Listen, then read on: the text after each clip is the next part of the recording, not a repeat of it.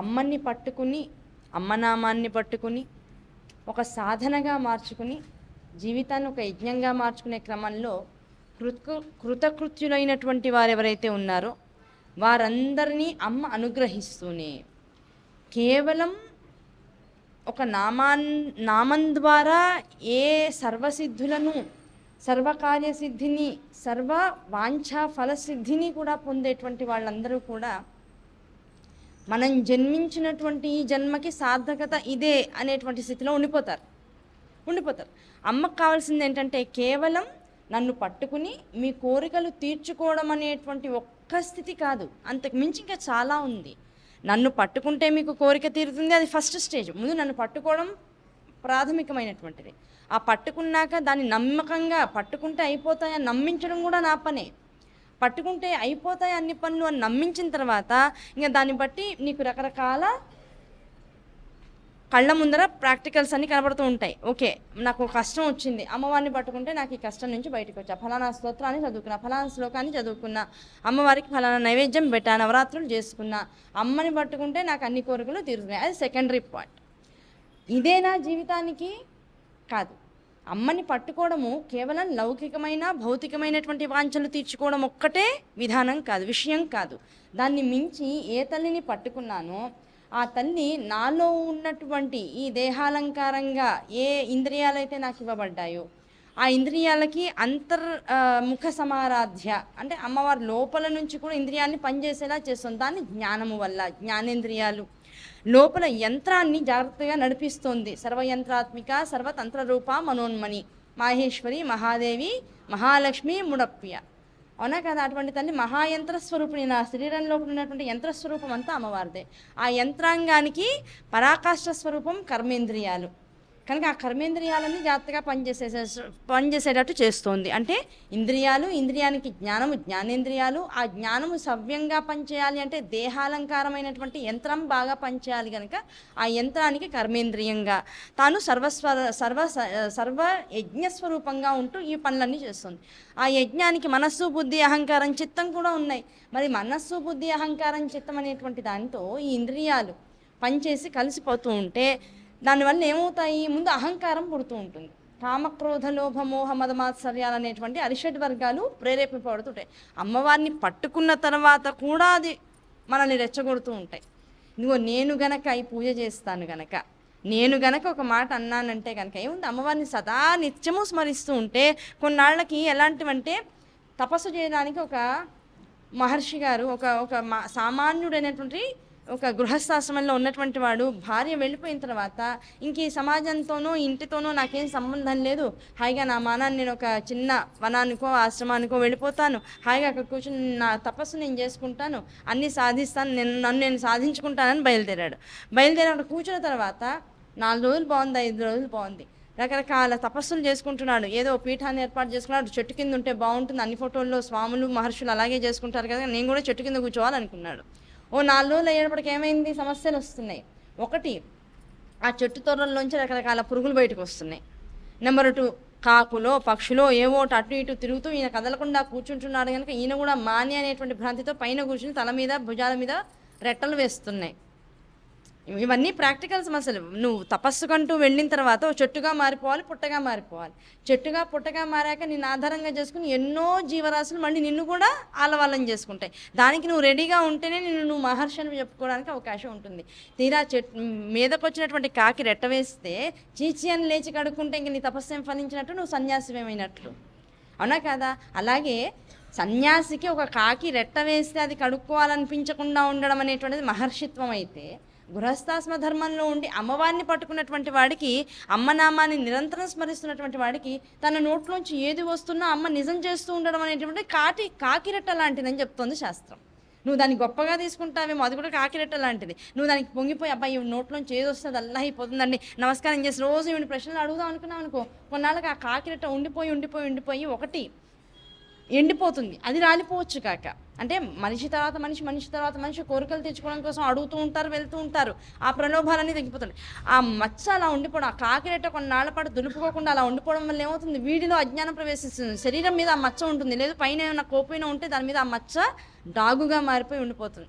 ఆ డాగు ఎప్పుడైతే ఉండిపోతుందో ఎన్ని రెట్టలు పడతాయో అన్ని డాగులు ఉంటాయి. అంటే నీ ఆత్మ అనేటువంటి విషయాన్ని, ఆత్మస్థితిని నువ్వు తెలుసుకునేటువంటి క్రమంలో ఏ విద్యనైతే ఆధారంగా చేసుకుంటావో ఆ విద్య యందు కొంత లోపం ఏర్పడి మచ్చ ఏర్పడుతూ ఉంటుంది. ఆ మచ్చ కూడా పోయి సర్వజ్ఞానములలోకెల్లా ఉన్నతమైనటువంటి జ్ఞానం ఏమిటాయి అంటే బ్రహ్మ విద్య. అది ఎలా ఉంటుంది, తెల్లగా మెరిసిపోతూ మణిమాణిక్యంగా వజ్రంగా ఉంటుంది. ఆ వజ్రంగా నువ్వు మెరవాలంటే ఈ డాగులన్నీ నేను పాడు చేస్తున్నాయి కదా. కనుక నీకు వచ్చేటువంటి అధికారికత ఒక నామాన్ని పట్టుకోవడంతోనూ, ఒక స్తోత్రాన్ని పట్టుకోవడంతోనూ వచ్చేటువంటి అధికారికత ఏ ఉన్నతమైనటువంటి ఒక పర్యవేక్షకుడుగానో, నలుగురికి సలహాలు ఇచ్చేవాడుగానో నిన్ను మారుస్తోందంటే, నీ నోట్లోంచి ఏది వస్తే అదల్లా అయిపోతుంది అనుకుంటే దాన్ని కేవలం అమ్మవారి అనుగ్రహంగా తీసుకోవాలి. నీ ప్రతిభ, నీ ప్రలోభం, నీ అద్భుతమైనటువంటి శక్తి, నువ్వు కూడా ఒక అమ్మవారిగా మారిపోయి ఇలాంటి భ్రాంతులు లోపలికి రానివ్వు. అది చూసేవాడికి నువ్వు మాత్రం అలా మారిపోయావు అంటే అహంకారం పొడమారుతుంది. అహంకారం ఎప్పుడైతే పొటమారిందో ప్రహ్లాదుడు ఇప్పుడు ఏం చేశాడు, తనకు అనవసరం ఏది తెలుసుకున్నాడో దాని ద్వారా తాను సంకల్పించినటువంటి పనిని చేసుకుంటూ ముందుకు వెళ్ళాలి. నువ్వు ఏదైతే సంకల్పించి ఇంట్లోంచి అడుగు బయట పెట్టావో ఆ సంకల్పానికి తగిన గమ్యస్థానాన్ని చేరుకునే ప్రయాణం చేయాలి తప్ప, ఆ సంకల్పాన్ని చేరుకుని ఆ సంకల్పాన్ని ఆధారంగా చేసుకుని ఏ గమ్యాన్ని అయితే చేరాలో దానికోసం ఒక బస్సు ఎక్కి మధ్యలో దిగిపోయావనుకో ఏమవుతుంది, ఎటు కాకుండా మళ్ళీ ఇంకో బస్సు వచ్చేదాకా నువ్వు ఆగాలి. కానీ ఏ బస్సు కూడా ఆగేవాడి కోసం ఆగుతుంది తప్ప వెళ్ళేవాడి కోసం ఎక్కడ ఆగకుండా వెళ్ళిపోతూ ఉంటుంది. ఇక్కడ ఉన్న వాళ్ళందరూ, ఎక్కే వాళ్ళందరూ గమ్యస్థానం దాకా దిక్కుండా ఉంటారు. ఏ బస్సు నీ కోసం ఆగదు, మళ్ళీ ఎక్కడానికి అవకాశం లేదు. మళ్ళీ వెనకాలకి తిరోధానం చేయాలి. ఇదే తిరోధాన గమ్యం, తిరోధాన అవస్థ అంటాం.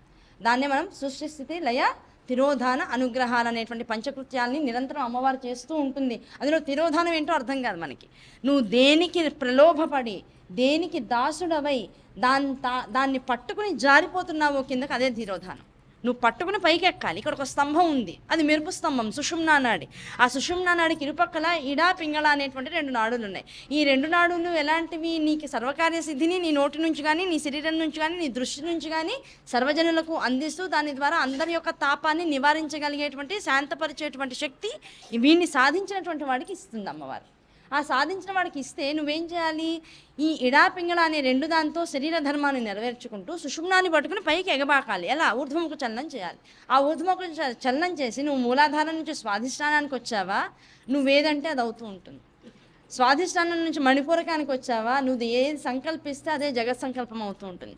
మణిపూరకం నుంచి అనాహతం దాకా బాకేవనుకో, చాలా కష్టం అలా పాకడం. అంత దాకా వచ్చిన వాళ్ళందరూ కూడా ఇప్పుడు ఎవరూ లేరు, దాదాపుగా అంత యోగులు ఎవరూ లేరు.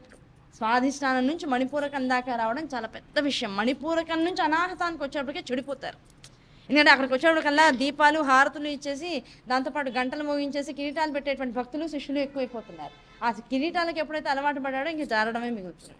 కనుక ఇవన్నీ ఎలాంటివంటే శక్తులు ఆటోమేటిక్గా తల్లి అనుగ్రహం వల్ల వచ్చేస్తూ ఉంటాయి. ఇంకా జారిపోతూ ఉంటాడు, బరువులు ఎక్కువైపోతూ ఉంటాయి, బాధ్యతలు ఎక్కువ పెట్టేసుకుంటూ ఉంటాడు. అనాహతం దాకా ఒకవేళ పాకాడు అనుకోండి, ఇంకా అలాంటి మనిషిని చూస్తే ఇంకా మళ్ళీ మాట ఉండదు. అనాహతం దాకా ప్రయాణం చేసినటువంటి ఒక యోగిని కనుక చూస్తే దాదాపుగా మనం ఇంకా అక్కడ త్రిపుర సుందరి అవతారాన్ని చూసినటువంటి భావన లోపల వచ్చేస్తుంది. అంత స్థాయిలో లోపల నుంచి తేజస్సు బయటికి ప్రకటన అవుతూ ఉంటుంది. ఇంకా మనిషి స్వయం అమ్మవారి అన్నంత స్థితి వచ్చేస్తుంది. వచ్చేటప్పటికి ఏమవుతుంది, ప్రతి వాళ్ళని ఇంకా ఆ మనిషిని చూడగానే బీపీ తెచ్చేసుకుంటూ ఉంటారు. ఆ బీపీకి వీడు లొంగాడా అయిపోయింది, మళ్ళీ తిరోధానం. కనుక ప్రతి స్టేజ్కి కూడా ఒకసారి బస్సు ఆగుతూ ఉంటుంది, దిగేవాళ్ళు ఎవరైనా ఉన్నారేమో చూస్తూ ఉంటుంది. నేను దిగను అని ఎవడైతే కూర్చుని గమ్యస్థానాన్ని చూస్తూ ఉంటాడో అదే ఇక్కడ దాకా విశుద్ధి దాకా రాగలిగేటువంటి స్థితి. ఆ విశుద్ధి దాకా వచ్చిన తర్వాత ఇంకా మనిషి ప్రయత్నం ఆగిపోతుంది. ఇంకా అక్కడి నుంచి మనిషి ప్రయత్నం ఏమీ లేదు. ఇక్కడ దాకా ప్రయత్నపూర్వకంగా చేరుకోవచ్చు. చాలా కష్టపడాలి, మనస్సు నియంత్రించుకోవాలి, యోగశాస్త్రాన్ని అవలంబించాలి, దాంతోపాటుగా యమనిమాది విషయాలను నువ్వు అలంకృతం చేసుకోవాలి. ఆహార నియమం, నిద్రా నియమం, మనస్సుకి నియమం, అన్నింటికి నూనె రాసుకుని ఏది అంటకుండా ప్రశాంతంగా దూరంగా ఉండాలి. అలా ఉండగలిగేంత శక్తి నీకు ఎప్పుడైతే వస్తుందో ఇక్కడ దాకా ప్రయాణం చేయగలవు. ఇంకా ఆ తర్వాత ప్రయాణం టోటల్గా ఇక్కడ నుంచి ఈ విశుద్ధి చక్రం నుంచి ఇక్కడ దాకా వెళ్ళాలంటే 8 మంది దేవతలు ఉండాలి. వాళ్ళే వసిన్యాది వాగ్దేవతలు అనుకున్నాం. వీళ్ళు శాంత స్వరూపులు ఉన్నంతలో, ఎవరినైతే నువ్వు అమ్మవారిని భావిస్తావో వాళ్ళు ఉన్నంతలో ఇక్కడి నుంచి విశుద్ధి చక్రం నుంచి తాళుగుల దాకా, అంటే ఏ ఊపిరైతే ఉచ్ఛ్వాస నిశ్వాస క్రమంలో నీలోంచి హంస స్వరూపంలో బయటికి వదులుతూ ఉంటుందో, అందరూ అడుగుతూ ఉంటారు, ఏమంటే అమ్మవారిని ఎక్కడన్నా చూడగలమా, మీరు చూసారా? 2 ప్రశ్నలు అడుగుతూ ఉంటారు. 2 ప్రశ్నలు. ఒకటి, అమ్మవారిని ఎక్కడ చూడగలుగుతాం? చూడడానికి నీకు అంత సీన్ లేదు. అయితే ఇది అంతఃచక్షువులు అవ్వాలి. చర్మచక్షువులు అయినంతసేపు నువ్వు చూడలేవు. ఎందుకంటే ఈ ప్రపంచం అంతా అమ్మవారు అన్నప్పుడు నువ్వు తెలుసుకోలేకపోతే ఈ కళ్ళతో ఏ ప్రపంచాన్ని అయితే గ్రహిస్తున్నావో ఆ గ్రహింపుతో అమ్మవారి రూపం నీకు కనపడదు. ఈ గ్రహింపులన్నీ పోతే అమ్మవారి రూపం కనపడుతుంది. పోతే అంటే అయితే నువ్వు పిచ్చివాడు అవ్వాలి, లేదు అంతర్ముఖుడు అవ్వాలి. కళ్ళు లోపలికి వెళ్ళిపోవాలి, దృష్టి లోపలికి వెళ్ళాలి. ఆ దృష్టి లోపలికి వెళ్తే ఇప్పుడు ఏమవుతుంది? దానికి ఒక అద్భుతమైనటువంటి యోగశాస్త్రం చెప్తున్నారు. నేను డైవర్ట్ అవుతున్నాను, నాకు అర్థమైపోతుంది. మళ్ళీ మనం శ్రీ విద్యా ఉపాసనలోకి వెళ్ళిపోతున్నాం. ఓకేనా?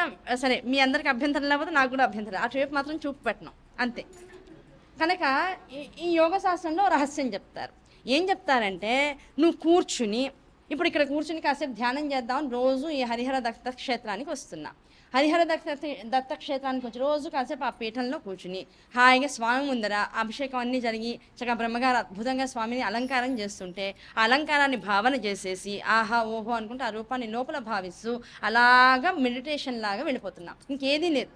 అయితే మెడిటేషన్ చేస్తూ ఉంటే నేను ఏం చేస్తున్నా, ఆ రూపాన్ని లోపల భావిస్తూ దాంతోపాటుగా నేను కాసేపు కళ్ళు తెరవకుండా నా చుట్టుపక్కల ఎటువంటి ధ్వనులు జరుగుతున్నా, ఎటువంటి మాటలు వినపడుతున్నా, మనుషులు నడుస్తున్నారని గాలి నాకు తెలుస్తున్నా, ఎంతమంది ఆ ఆలయంలోకి వస్తున్నారో వెళ్తున్నారో వాళ్ళు ఏం చేస్తున్నారో అన్నీ స్పర్శ ద్వారా ఈ పంచభూతాలతో పాటు నా శరీరం కూడా గమనిస్తూ ఉన్నా, కళ్ళు తెరిచి కళ్ళతో ఆ దృశ్యాన్ని చూడడానికి ఇష్టపడకుండా కళ్ళు మూసుకున్నా. దాన్ని నేను ప్రాకృతికమైనటువంటి భాషలో మెడిటేషన్, అదొక కాసేపు నాలో నేను రమించేటువంటి స్థితి అనేటువంటి ఒక భావన దానికి ఇస్తున్నా. ఓకేనా? ఇది కాసేపు గుళ్ళో కూర్చుని నేను చేసేటువంటి సాధన. ఆ సాధన ద్వారా ఏమవుతుంది, గుడికి వచ్చిన తర్వాత పరబ్రహ్మము తప్ప అన్యమైనటువంటి విచారణలు నీకు అక్కర్లేదనేటువంటి ఒక శాస్త్ర నియమాన్ని నువ్వు ఉల్లంఘించకుండా పాటించిన వాడు అవుతున్నావు. తర్వాత ఏమంటే మరి మెడిటేషన్ ఏంటి? ఇది కేవలం నాతో నేను రమించడం అయితే కాసేపు ఉన్నటువంటి రూపాన్ని దర్శనం చేస్తూ ఇతరమైన రూపాల వైపు కళ్ళో మనసో వెళ్లకుండా నియంత్రించడం వరకు చేస్తున్నా. అసలు మెడిటేషన్ అంటే ఏమిటి?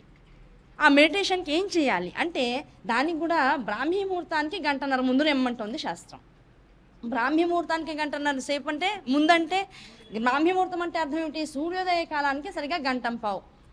ఓకేనా? దానికి 1.5 గంట ముందర అంటే దాదాపు నువ్వు 3-3:30 సమయంలో లేవాలి. అవునా కదా? ఆ 3-3:30 సమయంలో నువ్వు లేచి కూర్చుంటున్నావు అంటే ఒక్కొక్క శాస్త్రాన్ని నువ్వు దేన్ని ఆధారంగా చేసుకుని, ఏ శాస్త్రాన్ని ఆధారంగా చేసుకుని సూర్యోదయాన్ని చూసినావో దాన్ని బట్టి గడియలు లెక్క ఉంటుంది. మామూలుగా తెల్లవారేజామున నువ్వు బ్రాహ్మీ ముహూర్తంలో నిద్ర లేవాలి అంటే సూర్యోదయానికి ముందు 20 నిమిషాలు. ఓకేనా? అది నువ్వు యోగ శాస్త్రాన్ని అవలంబిస్తున్నావా 1.5 గంట. శ్రీ విద్యా రహస్యాన్ని పుస్తకాన్ని త్రిపుర రహస్యాన్ని అడ్డం పెట్టుకుని నువ్వు లేస్తున్నావా 3:30. ఒక్కో శాస్త్ర నియమానుసారం నువ్వు ఏ శాస్త్రాన్ని ఏ గురువుని పట్టుకున్నావో దాన్ని బట్టి బ్రాహ్మీ ముహూర్త కల్పన మారిపోతూ ఉంటుంది. ఆ మారిపోయేటప్పటికల్లా ఒక్కొక్కళ్ళు ఒక్కొక్క నియమం చెప్తారు. దాంతో ఏమంటారు, అసలు అందరికీ తెలుసా మర్చిపోతున్నారా అంటారు. వాళ్ళు ఏ గురువుని ఏ విద్యని పట్టుకున్నారో దాన్ని బట్టి స్థానం అంటే బ్రాహ్మీ ముహూర్త స్థానం యొక్క నియమం మారిపోతూ ఉంటుంది. ఆ నియమం ప్రకారంగా నువ్వేం చేస్తావు, 3-3:30కి నిద్ర లేచావు. ఏమంటే అలా కూడా లేవాలా అండి, చాలా కష్టం కదా అంటే, నువ్వు చేయాలని సంకల్పం చేస్తే ఆ నిమిషానికి నీకు మెళుకు వచ్చేస్తుంది. లేచావు. లేచాక ఏం చేసినావు, మొట్టమొదట నువ్వు మంచం మీద కూర్చుంటున్నావు, పడుకోకూడదు. ఇంకా వన్స్ మెళుకు వచ్చిన తర్వాత ఈ కరావలంబ స్తోత్రం చదువుకోవాలి. నృసింహ కరావలంబ స్తోత్రం చదివావు. నిద్ర మెళుకు 3:00కల్లా వచ్చేసింది. లేచావు, ప్రశాంతంగా మంచం మీద కూర్చున్నావు. కూర్చున్నాక నువ్వేం చేయాలి, ఏమన్నా తపస్సు చేయాలా, లేకపోతే ఏమైనా స్తోత్రం చదవాలా, పళ్ళు కూడా కడుక్కోవాలి, ఇప్పుడు లేవాలా, నుంచోవాలా, ఇవన్నీ అడుగుతావు. అవేం అక్కర్లా. మొట్టమొదట నీ ఎదురుకుండా ఏదైతే ఉందో, కళ్ళు తెరవంగానే ఏం కనబడుతోంది, ఎదురుకుండా టీవీనో, ఇప్పుడు మంచాలు ఉన్న చోట టీవీలు రెడీగా ఎదురుకుండా ఉంటాయి కదా, ఈజీగా రిమోట్లు పట్టుకుని కూర్చోడానికి. ఆ టీవీనో లేకపోతే ఓ ఫోటో ఫ్రేమో లేకపోతే ఓ అమ్మవారి ఫోటో ఏవో నీ ఎదురుకుండా గోడ ఉంటుంది అనుకున్నాం. పోనీ ముందు గోడ అయితే ఉంటుంది కదా, గూళ్ళు అయితే ఉంటాయి, అందులో బట్టలే ఉంటాయో ఇంకేమో ఉంటాయో, ఒక గూడు ఉంటుంది లేకపోతే గోడ ఉంటుంది. ఆ గోడని ముందు ఏం చేయాలి, ఉచ్ఛ్వాస నిశ్వాసాలు క్రమంగా పెంచాలి. అంటే ప్రాణాధార శక్తిని చక్కగా ఇన్హేల్ ఎక్సేల్ బాగా ఎక్కువగా తీస్తూ ఉండాలి. అలా కూర్చున్నావు. ముందు గాలి బాగా లోపలికి తీసావు, గాలి బాగా కాసేపు లోపల ఉంచావు, మళ్ళీ గాలిని బాగా బయటకు వచ్చేస్తున్నావు, వదిలేస్తున్నావు. ఆ వదిలేసే క్రమంలో ఇంకాస్త డీప్గా ఏం చేయాలి, ఎదురుకుండా ఉన్నటువంటి గోడ నాలోకి వెళ్ళిపోయిందని ఇన్హేల్ చేసేటప్పుడు గోడను లోపలికి తీసేసుకోవాలి. భావనాపరంగా ఏముంటుందండి, తీసుకుంటాను గోడ రావట్లేదంటే నేనేం చేయలేను, గోడ రాదు, గోడ అక్కడే ఉంటుంది. భావనాపరంగా ఆ వస్తువు నాలోకి వెళ్ళింది అనేటువంటి ఆలోచన, అది గోడ లోపలికి వెళ్ళిపోతుంది. వెళ్ళిపోయి కాసేపు గోడను లోపల ఉంచుకున్నావు, మళ్ళీ దాన్ని కాస్త కుంభిపాకం చేసి వదిలేటప్పుడు ఏం చేస్తావు, మళ్ళీ గోడని బయటకు వదిలేస్తావు. కళ్ళు తెరవగానే గోడ ఎదురకుండానే ఉంది. అంటే ఆ గోడ నాలోంచి వచ్చింది, కాసేపు ఉచ్ఛ్వాస నిశ్వాసాలు ఆ గోడని భావించావు, తర్వాత ఏం చేస్తావు, ఈ రూమ్ అంతా నీలోకి తీసేసుకున్నావు. ఇంకొద్దిసేపు అయ్యాక ఇన్హేల్ ఎక్సెల్ చేస్తుంటే ఏమవుతుంది, మొత్తం ఇల్లంతా నీ లోపలికి వెళ్ళిపోతుంది. ఇంకొద్దిసేపు అయ్యాక నువ్వు ఉన్నటువంటి కాలనీ అపార్ట్మెంట్ అంతా నీలోకి వెళ్ళిపోతుంది. తర్వాత మొత్తం ఈ సమాజం అంతా వెళ్తుంది, తర్వాత మొత్తం భూగోళం అంతా నీలోకి వెళ్తుంది. ఆ భావనతో వెళ్ళిపోతే భూగోళం అంతా ఎప్పుడైతే ఇన్హేల్ చేయగానే నీ లోపలికి వెళ్ళిపోయిందో, ఆత్మశక్తిగా అంతరిక్షంలో నువ్వు ఒక్కదాని ఉండి శివుళ్లాగా మొత్తం నువ్వు ఉచ్ఛ్వాస నిశ్వాసాలతో మొత్తం ప్రపంచాన్నంతా నీలోంచి బహిర్గతం చేసావు. ఆ భావన నీలోకి వచ్చింది. ఇప్పుడు మొత్తం నువ్వే ఏకాస్వరూపంగా ఉన్నావు. ఆ ఏకాస్వరూపంగా అంతరిక్షంలో ఒక్క నిమిషం నిన్ను నువ్వు చూసుకుంటే ఆ అంతరిక్షంలో నువ్వున్నావా, నీలో అంతరిక్షం ఉందా? నాలో అంతరిక్షం ఉంది, అంతరిక్షాన్ని నేను భావిస్తున్నా.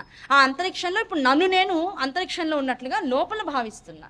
ఇదంతా నాలో జరుగుతున్నటువంటి అంతర్ముఖ సమారాధ్య అనేటువంటి తత్వం నాలో నేను భావించి నేనేం చేస్తున్నా, నా లోపల శివుడు ఎలా అయితే కూర్చున్నాడు మొత్తం అంతరిక్షాన్ని అంతా ఆధారంగా చేసుకుని మొత్తం జగత్తు యొక్క గమనాన్ని దాని యొక్క వమనత్వాన్ని ఎలాగైతే ప్రకటన చేస్తూ కూర్చున్నటువంటి భంగిమ మనకి ఎలాగైతే కనపడుతుందో, ఆ భంగిమ ద్వారా నేను కూడా ఒక్కదాన్ని ఆకాశతత్వంలో అంతరిక్షంలో పాలపుంతల మధ్యలో కూర్చుని ఉన్నటువంటి జగత్తునంతా లోపలికి తీసుకుని కుక్షిస్తాకిల మొత్తం నా లోపలికి మొత్తం కుక్షులన్నింటినీ మొత్తం ఈ కడుపులోకి మొత్తం భూగోళాలన్నింటినీ తీసేసుకుని కాసేపు కుంభకం ఉంచుకున్నా. తర్వాత ఏం చేస్తున్నా, నెమ్మదిగా ఆ భూగోళాలన్నింటినీ కూడా మళ్ళీ బయటకు వదిలేసా. ఇప్పుడు ఏమైపోయింది భావన, ఏమంటే ఒకరోజు చేస్తే బాగుంటుంది, ఇలా పదే పదే పదే పదే రోజు చేస్తే ఏమవుతుంది, ఏది వచ్చినా నాలోంచి అనేటువంటి దాన్ని నువ్వు నమ్మడం అనేటువంటిది ప్రారంభిస్తావు. అలా ప్రారంభించగా ఉన్నదాన్ని స్వీకరిస్తావు, ఉంచవలసిన దాన్ని బయటకు వదిలేస్తూ ఉంటావు. నీలో అక్కర్లేని దాన్ని వస్తువుని బయటకు వదిలేయడం అలవాటు అవుతూ ఉంటుంది. బయట నుంచి ప్రాణాధార శక్తిని తీసుకుంటున్నావు, అక్కర్లేని కార్బన్ డైఆక్సైడ్ని బయటకు వదిలేస్తున్నావు. ఆ తత్వాన్ని బాగా ఈ భావనాపరమైనటువంటి ఇన్హేల్ ఎక్సెల్తో కనుక నువ్వు మిళితం చేసేసుకుంటే ఇప్పుడు రోజు నువ్వు చేసే ఈ మెడిటేషన్ అవుతుంది. ఇదే మెడిటేషన్ అంటే. నీకు మ్యూజిక్ అక్కర్లేదు, ఎదుర్కొన్న ఇన్స్ట్రక్టర్ అక్కర్లేదు, ఏమీ లేదు, ఉన్న వస్తువుని లోపలికి తీసేసుకుంటున్నావు అనే భావంతో నువ్వు ఉచ్ఛ్వాస నిశ్వాసాలు కుంభకం జాగ్రత్తగా చేసుకుంటూ పోవాలి. ఇలా చేయగా కొన్నాళ్ళు ఏమవుతుంది అంటే నీ ఎదుర్కొండా ఉన్నటువంటి మనిషిలో ఉన్నటువంటి భావాల్ని లోపలికి తీసుకుంటావు, అందులో మంచి భావాల్ని బయటికి వదిలేస్తావు, చెడు నుంచేసుకుంటూ ఉంటావు.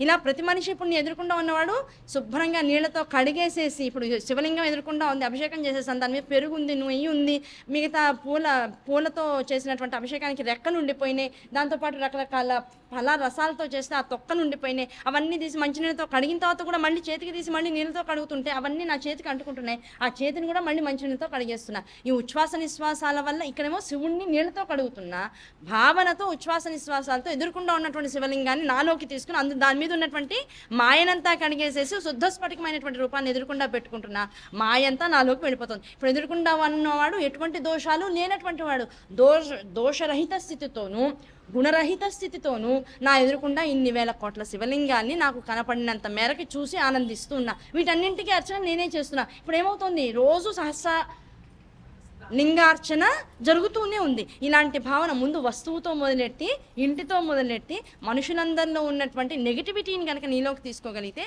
కాదు మనుషులలో ఉన్న నెగిటివిటీ కాదు, వాళ్ళల్లో నువ్వు గమనించేటువంటి నెగిటివిటీ, వీళ్ళల్లో ఈ దోషం ఉంది, వీళ్ళల్లో ఈ దోషం ఉంది, ఈ దోషాలన్నీ చూస్తుంటే చివరికి ఏమవుతుంది, ఆ దోషాల్ని నీలోకి తీసుకుంటున్నావు. ఇంకా కనపడట్లా వాళ్ళల్లో. వాళ్ళు ఎలా ఉన్నారు, శుద్ధమైనటువంటి రూపంతో ఎదుర్కొంటూ ఉన్నారు. శుద్ధులైనటువంటి వారు, మెరిసిపోతున్న వాళ్ళు, దాంతోపాటు తెల్లటి ఆకారంతో ఉన్నటువంటి వాడు, విభూది రాసుకున్నవాడు. మొత్తం అలంకారం అంతా అయిపోయాక స్వామికి అలంకారం అయిందంటే అర్థం ఏంటి, నువ్వే విభూది రాస్తున్నావు, చక్క మధ్యలో గంధాన్ని పెడుతున్నావు, స్వామిని చక్కగా అక్కడ కూర్చోబెడుతున్నావు. అలా కూర్చోబెడుతున్నావు అంటే ఇప్పుడు నీ ఎదుర్కొండా ఉన్నదంతా కూడా బ్రహ్మమే. ఆ బ్రహ్మాన్ని చూడడం అలవాటు అవుతుంది. మెడిటేషన్ వల్ల నువ్వు బ్రహ్మాన్ని చూడాలి. ఏది చూడకుండా ఉండడానికి అది మెడిటేషన్ అనడానికి అవకాశం లేదు. ఇలా నువ్వు చేయగా కొన్నాళ్ళకి ఏమవుతుంది, ఆ 3:30కి లేచి కొన్నాళ్ళు ఇది చేస్తావు. ఇది చేస్తూ ఉంటే అప్పుడు ఏమవుతుంది, 3:30కి పెద్ద సౌండ్స్ ఉండవు బయట నుంచి కదా, అవునా, పెద్ద సౌండ్లు ఏం వినపడవు మనకి. ఇలా చేసి అంతా అయిపోయాక అలసిపోయిన ఫీలింగ్ వస్తుంది శరీరానికి. ఇది ఎంతసేపు చేస్తావు, 5 నిమిషాలు 10 నిమిషాలు ఎక్కువ. ఈ ఇన్హేల్ ఎక్సేల్ ఇప్పుడు నేను చెప్పినటువంటి మెడిటేషన్ 5 నిమిషాల నుంచి 10 నిమిషాలు చేస్తావు. తర్వాత సమయం మళ్ళీ కూర్చుంటావు ప్రశాంతంగా. ఇప్పుడు ఏం చేయాలి, ఏది వినపడుతుందో దాన్ని తీసుకోవాలి. కాసేపు పాలవాళ్ళలో, పాల వ్యాన్లో, ఏదో కుక్కలో ఏవో మొరుగుతూ ఉంటాయి. ఆ సమయానికి పెద్ద డిస్టర్బెన్సెస్ ఏముంటావు.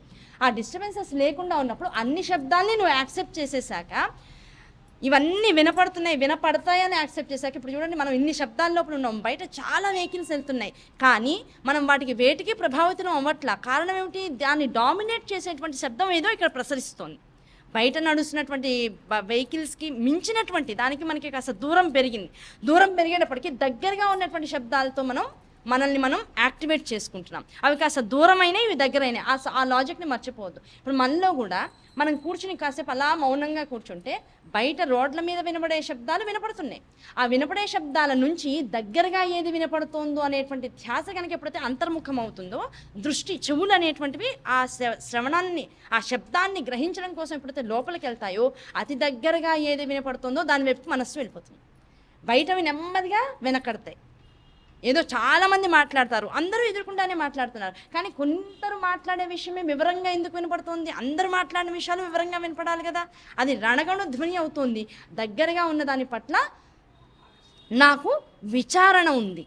అంటే ఏ శబ్దం వినపడుతోందో అక్షర సముదాయం మీద నాకు విచారణ ఉంది. ఆ విచారణ ఉన్నటువంటి పదాలని జాగ్రత్తగా స్వీకరిస్తూ ఇప్పుడు ఏం చేసిన ఆ పదాలని తెలుసుకుని, అమ్మ మీరు అడిగిన ప్రశ్నకి ఇదే సమాధానం ఉంటున్నా. వెనకాల నుంచి ఎవరో మాట్లాడుతుంటే మాట్లాడుతున్నారని తెలుస్తుంది, కానీ వివరం తెలియటల్లా. కనుక వివరం ఎప్పుడైతే తెలియట్లేదో దాని పట్ల విచారణ లేదు, వదిలేస్తున్నా. ఇంకెవరో దగ్గరకు వచ్చి ఇంకేదో ప్రశ్న అలా బయట వినపడుతున్నటువంటి శబ్దాలన్నింటినీ కూడా గమనించి వాటికన్నా దగ్గర ఇంకేమన్నా సౌండ్ ఉందా, ఇంట్లో ఏమన్నా సౌండ్స్ అవుతున్నాయా, వంటింట్లో నీళ్ళ శబ్దం వినపడుతుందో, చుక్క ఎప్పుడో ఒకసారి కారుతుంది, దాని కింద ఏదో గిన్నె అట్టి పెట్టేసాను, దాని మీద పడినప్పుడల్లా ఆ నీళ్ళ మీద టప్ టప్ అని శబ్దం, దానికన్నా నెమ్మదిగా ఇంట్లో ఇంకేమైనా శబ్దం వినపడుతుందో జాగ్రత్తగా చూడాలి. అలా మనకి మనం దగ్గరికి వచ్చి దూరంగా ఉన్నటువంటి శబ్దాలని వదిలేస్తే ఈ క్రమంలో మనల్ని మనం తెలుసుకోవడానికి సంవత్సరం పడుతుంది.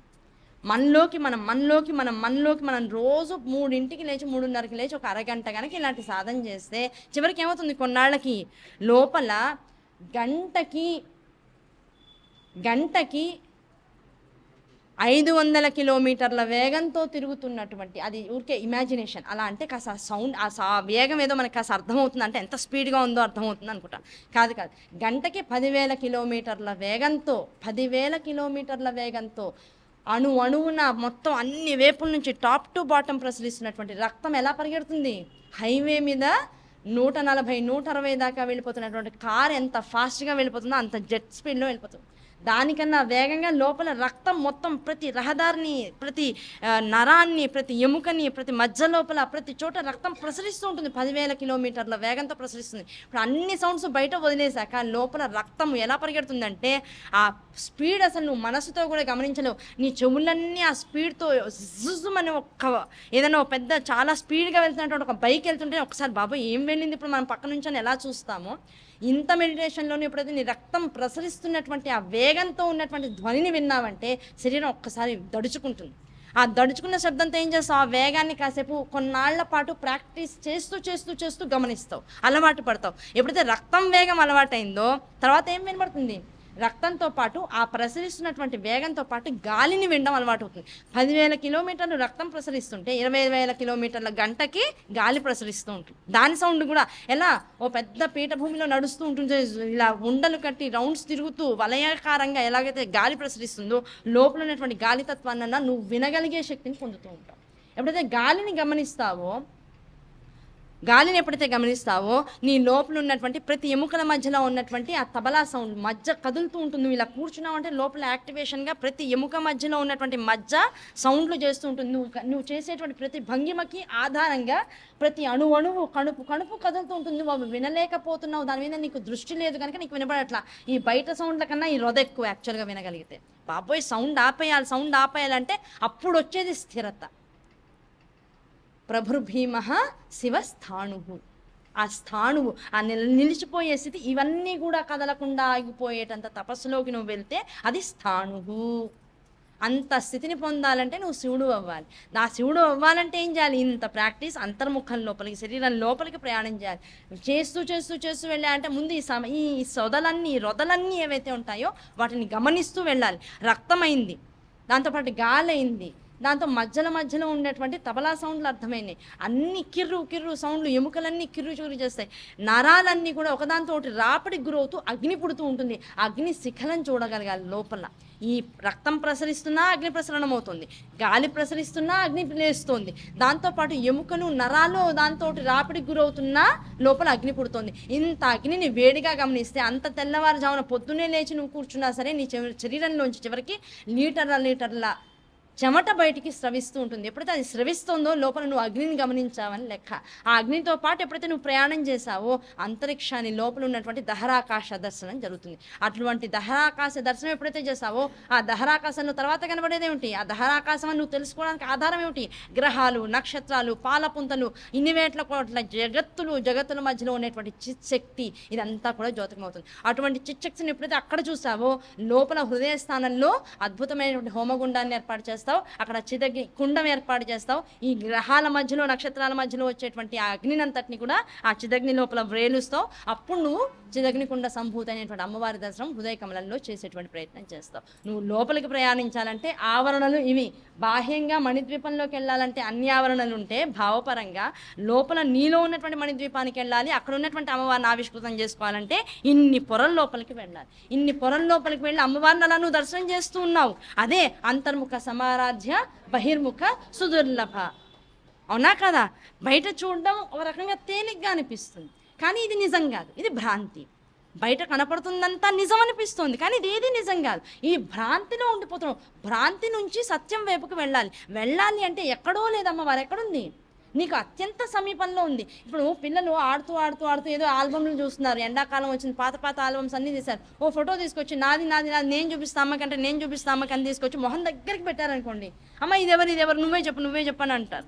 నేను అంటాను, రే అంత ముఖం మీదకి తెస్తే ఎట్లారా, కనపడదురా, కాస్త దూరం పెట్టరా అంట.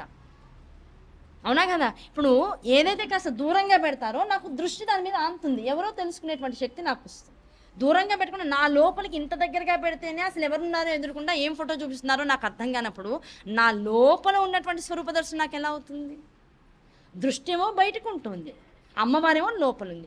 లోపల వైపుకి కళ్ళ శక్తినంతా కనుక నేను చూడగలిగే శక్తిని అంతర్ముఖం చేయగలిగితే, నేను వినగలిగే శక్తిని అంతర్ముఖం చేయగలిగితే, నేను వాసన చూసేటువంటి శక్తిని బాహ్యంగా కాకుండా అంతర్ముఖం చేయగలిగితే ఎలా చేస్తామంటే ఇది సాధన. ఇందాక చెప్పినట్టు ఒక 10 నిమిషాలు నీ ఎదురుకుండా ఉన్న వాడిని ఇన్హేల్ చేయి, ఎక్సేల్ చేయి, వదిలేసే. ఆ తర్వాత నీ ఎదురుకుండా ఉన్నదాన్నంతా భూగోళాన్ని లోపలికి తీసుకో, నువ్వు ఏకాస్వరూపంలో ఉన్నదాన్నంతా ఎంజాయ్ చేసి మళ్ళీ బయటకు వదిలేస్తూ ఉండు. ఆ తర్వాత నీలో ఉన్నటువంటి సౌండ్స్ని వినేటువంటి ప్రయత్నం చేయి, బయట ఉన్న సౌండ్స్ని విసిద్ధ చేసే ప్రయత్నం చేయి. ఇది కేవలం 3:30 నుంచి 4 లోపలే జరుగుతుంది తప్ప ఆ తర్వాత జరిగితే చాలా కష్టం. అన్ని సౌండ్స్ డిస్టర్బ్ చేసేస్తూ ఉంటాయి. ఇలాంటి సాధన ఒక సంవత్సరం దగ్గర నుంచి ఒక కనీసం 6 సంవత్సరాల పాటు చేస్తే లోపలికి వెళ్ళి లోపల ఉన్నటువంటి ఆ కార్యవర్గం అంటే లోపల ఉన్నటువంటి ఆ యంత్రం ఏదైతే ఉందో ఆ యంత్రం నిమిషానికి ఇన్ని వేల కోట్ల సెకండ్లు పరిగెడుతూ నువ్వు పడుకున్నా సరే, నీకు ధ్యాస లేకపోయినా సరే, ప్రతి అణువుని టచ్ చేస్తూ ఏ విభాగాన్ని వదలకుండా అసలు ఇంత రైమని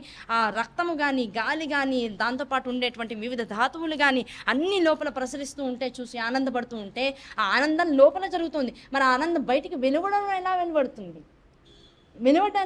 లోపలంతా చూసేసాం. ప్రాణవాయువుతో మొత్తం లోపల ప్రాణవాయువు ఎలాగైతే మొత్తం దశవాయువులుగా మొత్తం శరీరం బ్రహ్మరంధ్రం నుంచి మొదలెట్టి కాలి గోరు చిటికిన వేలు గోరు చివరి దాకా ప్రయాణం చేస్తూ ఎంత గిరి ప్రదక్షిణ అయితే చేస్తుందో అంతా అయిన తర్వాత మళ్ళీ ప్రాణవాయువు లోపల ఉండిపోయి శక్తిని ఇస్తూ దాని ద్వారా నత్రజని బయటికి రావాలి కదా. నత్రజని బయటకు వస్తుంది అంటే నీలో ఉన్నటువంటి నెగిటివ్నెస్ని వదిలేస్తున్నావు, నీలో ఉన్నటువంటి చెడు ఆలోచనలు వదిలేస్తున్నావు, భ్రాంతుల్ని వదిలేస్తున్నావు, మిథ్యని బయటకు వదిలేస్తున్నావు అంటే ఆ మిథ్య బయటకు వస్తుంది. ఆ మిథ్య బయటకు వస్తుంటే ఊపిరి పీలుస్తున్నాను వదిలేస్తున్నాను అనుకుంటున్నావు. ఆ వదిలినప్పుడు ఇంత యోగాన్ని నువ్వు చేసి నీ శరీరంతో పాటు ప్రాణశక్తిని లోపల ఆపి ఇంత మదనం చేసి దాంతోపాటు నువ్వు తిరిగి ఎప్పుడైతే బయటికి ప్రకటన అవుతావో ఆ ప్రకటన అయ్యేది ఎక్కడ కనబడుతుందో తెలుసా? మనం ఊపిరి పీల్చి వదులుస్తున్నామంటే ఎక్కడ కనబడుతుంది? ఎక్కడ స్పర్శ జరుగుతుంది? సరిగ్గా ఈ పెదాల పైన ఉన్నటువంటి ఈ స్థానం దగ్గర. నువ్వు జాగ్రత్తగా పీల్చి జాగ్రత్తగా వదిలి లెక్క ప్రకారంగా ఎన్ని ఊపిరి పీలుస్తున్నావు, ఎన్ని ఊపిర్లను వదులుతున్నావు అనే దాన్ని కౌంట్ చేయాలంటే దీని ఒక్కదానికే సామర్థ్యం ఉంది. ఇక్కడ ఈ పెదవి పై పెదవి ఎడ్జ్ దగ్గర నీకు ఉచ్ఛ్వాస నిశ్వాస క్రమం అంతా కూడా తెలుస్తుంది. ఏ నత్రజని అంటే నీలో ఉన్నటువంటి భ్రాంతుల్ని కానీ, భయాల్ని కానీ, కోరికల్ని కానీ వదిలేసేటువంటి క్రమంలో తల్లి బయటికి రేచక పూరకాలు, అవునా కదా, వాటిని ఏమంటాం ఇన్హేల్ అండ్ ఎక్సేల్. ఆ ఎక్సేల్ చేసేటప్పుడు ఆ ముక్కులోంచి వచ్చేటువంటి గాలి దీని మీద పడుతుంది. ఇప్పుడు అమ్మవారిని ఎక్కడ గమనించగలవు? నీలో అమ్మవారు ఉంది అంటే ఇప్పుడు ఎలా తెలుస్తుంది నీకు? గాలిని చూడలేవు, అనుభవించలేవు. అది తగిలేది ఒకే ఒక చోట. ఎక్కడ అంటే ఈ టిప్ దగ్గర తెలుస్తుంది. ఆ టిప్ దగ్గర తెలియాలి కనుకనే తల్లి లలితా త్రిపుర సుందరి అలంకారం చూడండి, దగ్గరికి పెట్టుకుని ఆ ముక్కు దగ్గర బాసట ఏమంటారు, ముక్కెరో బాసటో ఏదో అంటాం. అదేం చేస్తుందంటే సరిగ్గా అమ్మవారికి ఇక్కడ అలంకారం చేస్తారు. ఆ బాసట కింద ఏం చేస్తారు, చిన్న ముత్యం పెడతారు. ఆ ముత్యానికి కింద ఒక చిన్న పూస పెడతారు. ఈ పూస ఏం చేస్తుంది, ఈ ఉచ్ఛ్వాస నిశ్వాసాలకి కదులుతూ ఉంటుంది. ఆ కదులుతున్నటువంటి ఆ ఉయ్యాల మీద అది ఎందుకు కదులుతుందయ్యా అంటే ఈ సోహం, ఈ హంసస్వరూపంగా సోహం హంసస్సోహం అనబడేటువంటి అది 6 అక్షరాలు, సోహం హంసస్సోహం. ఈ 6 అక్షరాలతో ఉన్నటువంటి క్రియాస్వరూపం, మంత్రస్వరూపం బాల. ఆ బాల ఇక్కడ ఉన్నటువంటి ఈ నత్తు మీద, ఆ ఉయ్యాల మీద కూర్చుని, ముత్యం మీద కూర్చుని ఆడుతూ ఉంటుందట. ఆ ఆడడమే నీలో జరిగేటువంటి బాలా త్రిపుర సుందరి అనబడేటువంటి బీజం. ఆ బీజంతో మహావృక్షం ఉంటుంది. ఆ మహావృక్షమే నువ్వు ఉన్నటువంటి ఈ శరీరం. ఈ శరీరం లోపల ఉన్నటువంటి బీజాన్ని తెలుసుకోవాలి.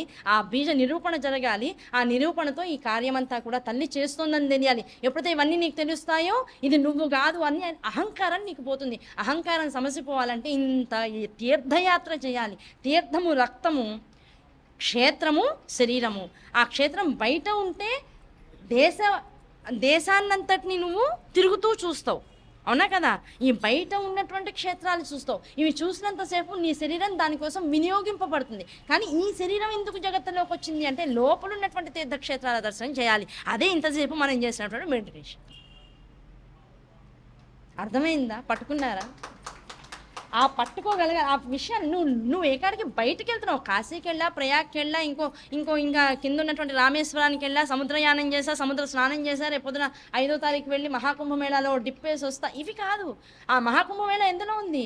144 సంవత్సరాలకు ఒకసారి ఈ శ్రీవిద్య బయటకు వస్తుందట. మనందరం కూడా ఇప్పుడు తెలియకుండానే మహాకుంభమేళాలో డిప్ చేసిన వాళ్ళం అయిపోయాం. అది అంతర్ముఖంగా చేసేసాం. ఆ అంతర్ముఖమైనటువంటి అద్భుతమైనటువంటి విద్యా రహస్యాన్ని తెలుసుకోవడమే అత్యంత మహోత్కృష్టమైనటువంటి కుంభము. ఆ కుంభం అంటే పూర్ణత్వము. ఆ పూర్ణత్వం ఎక్కడ ఉంటుంది? తల్లిలా ఉంటుంది. ఆ తల్లిలో ఉన్నటువంటి పూర్ణ కుంభం అనేటువంటి ఆ సముద్రంలో, ఆ సముద్రం ఏమిటి? జ్ఞానము. ఆ సముద్రంలో ముడకేయడం, అదే శ్రీ విద్యా రహస్యం. ఇప్పుడు మనం చేసిందంతా కుంభమేళాలో చేసినటువంటి స్నానమే. ఇది స్నానం కాదు అనుకుంటే పిచ్చితనం.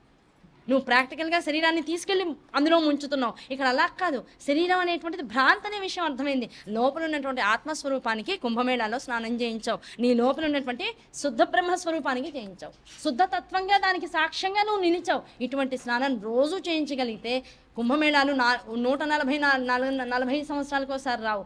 నిత్యము లోపల మేళానే, ఆ కుంభమే జరుగుతూ ఉంటుంది. ఆ కుంభమే నిరంతరం ఆనందిస్తూ ఉంటుంది.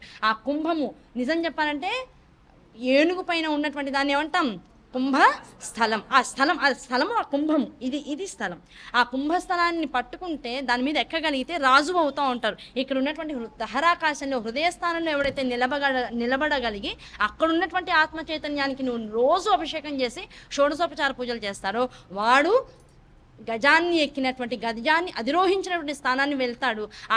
ఆ స్థానానికి వెళ్ళి అమ్మకి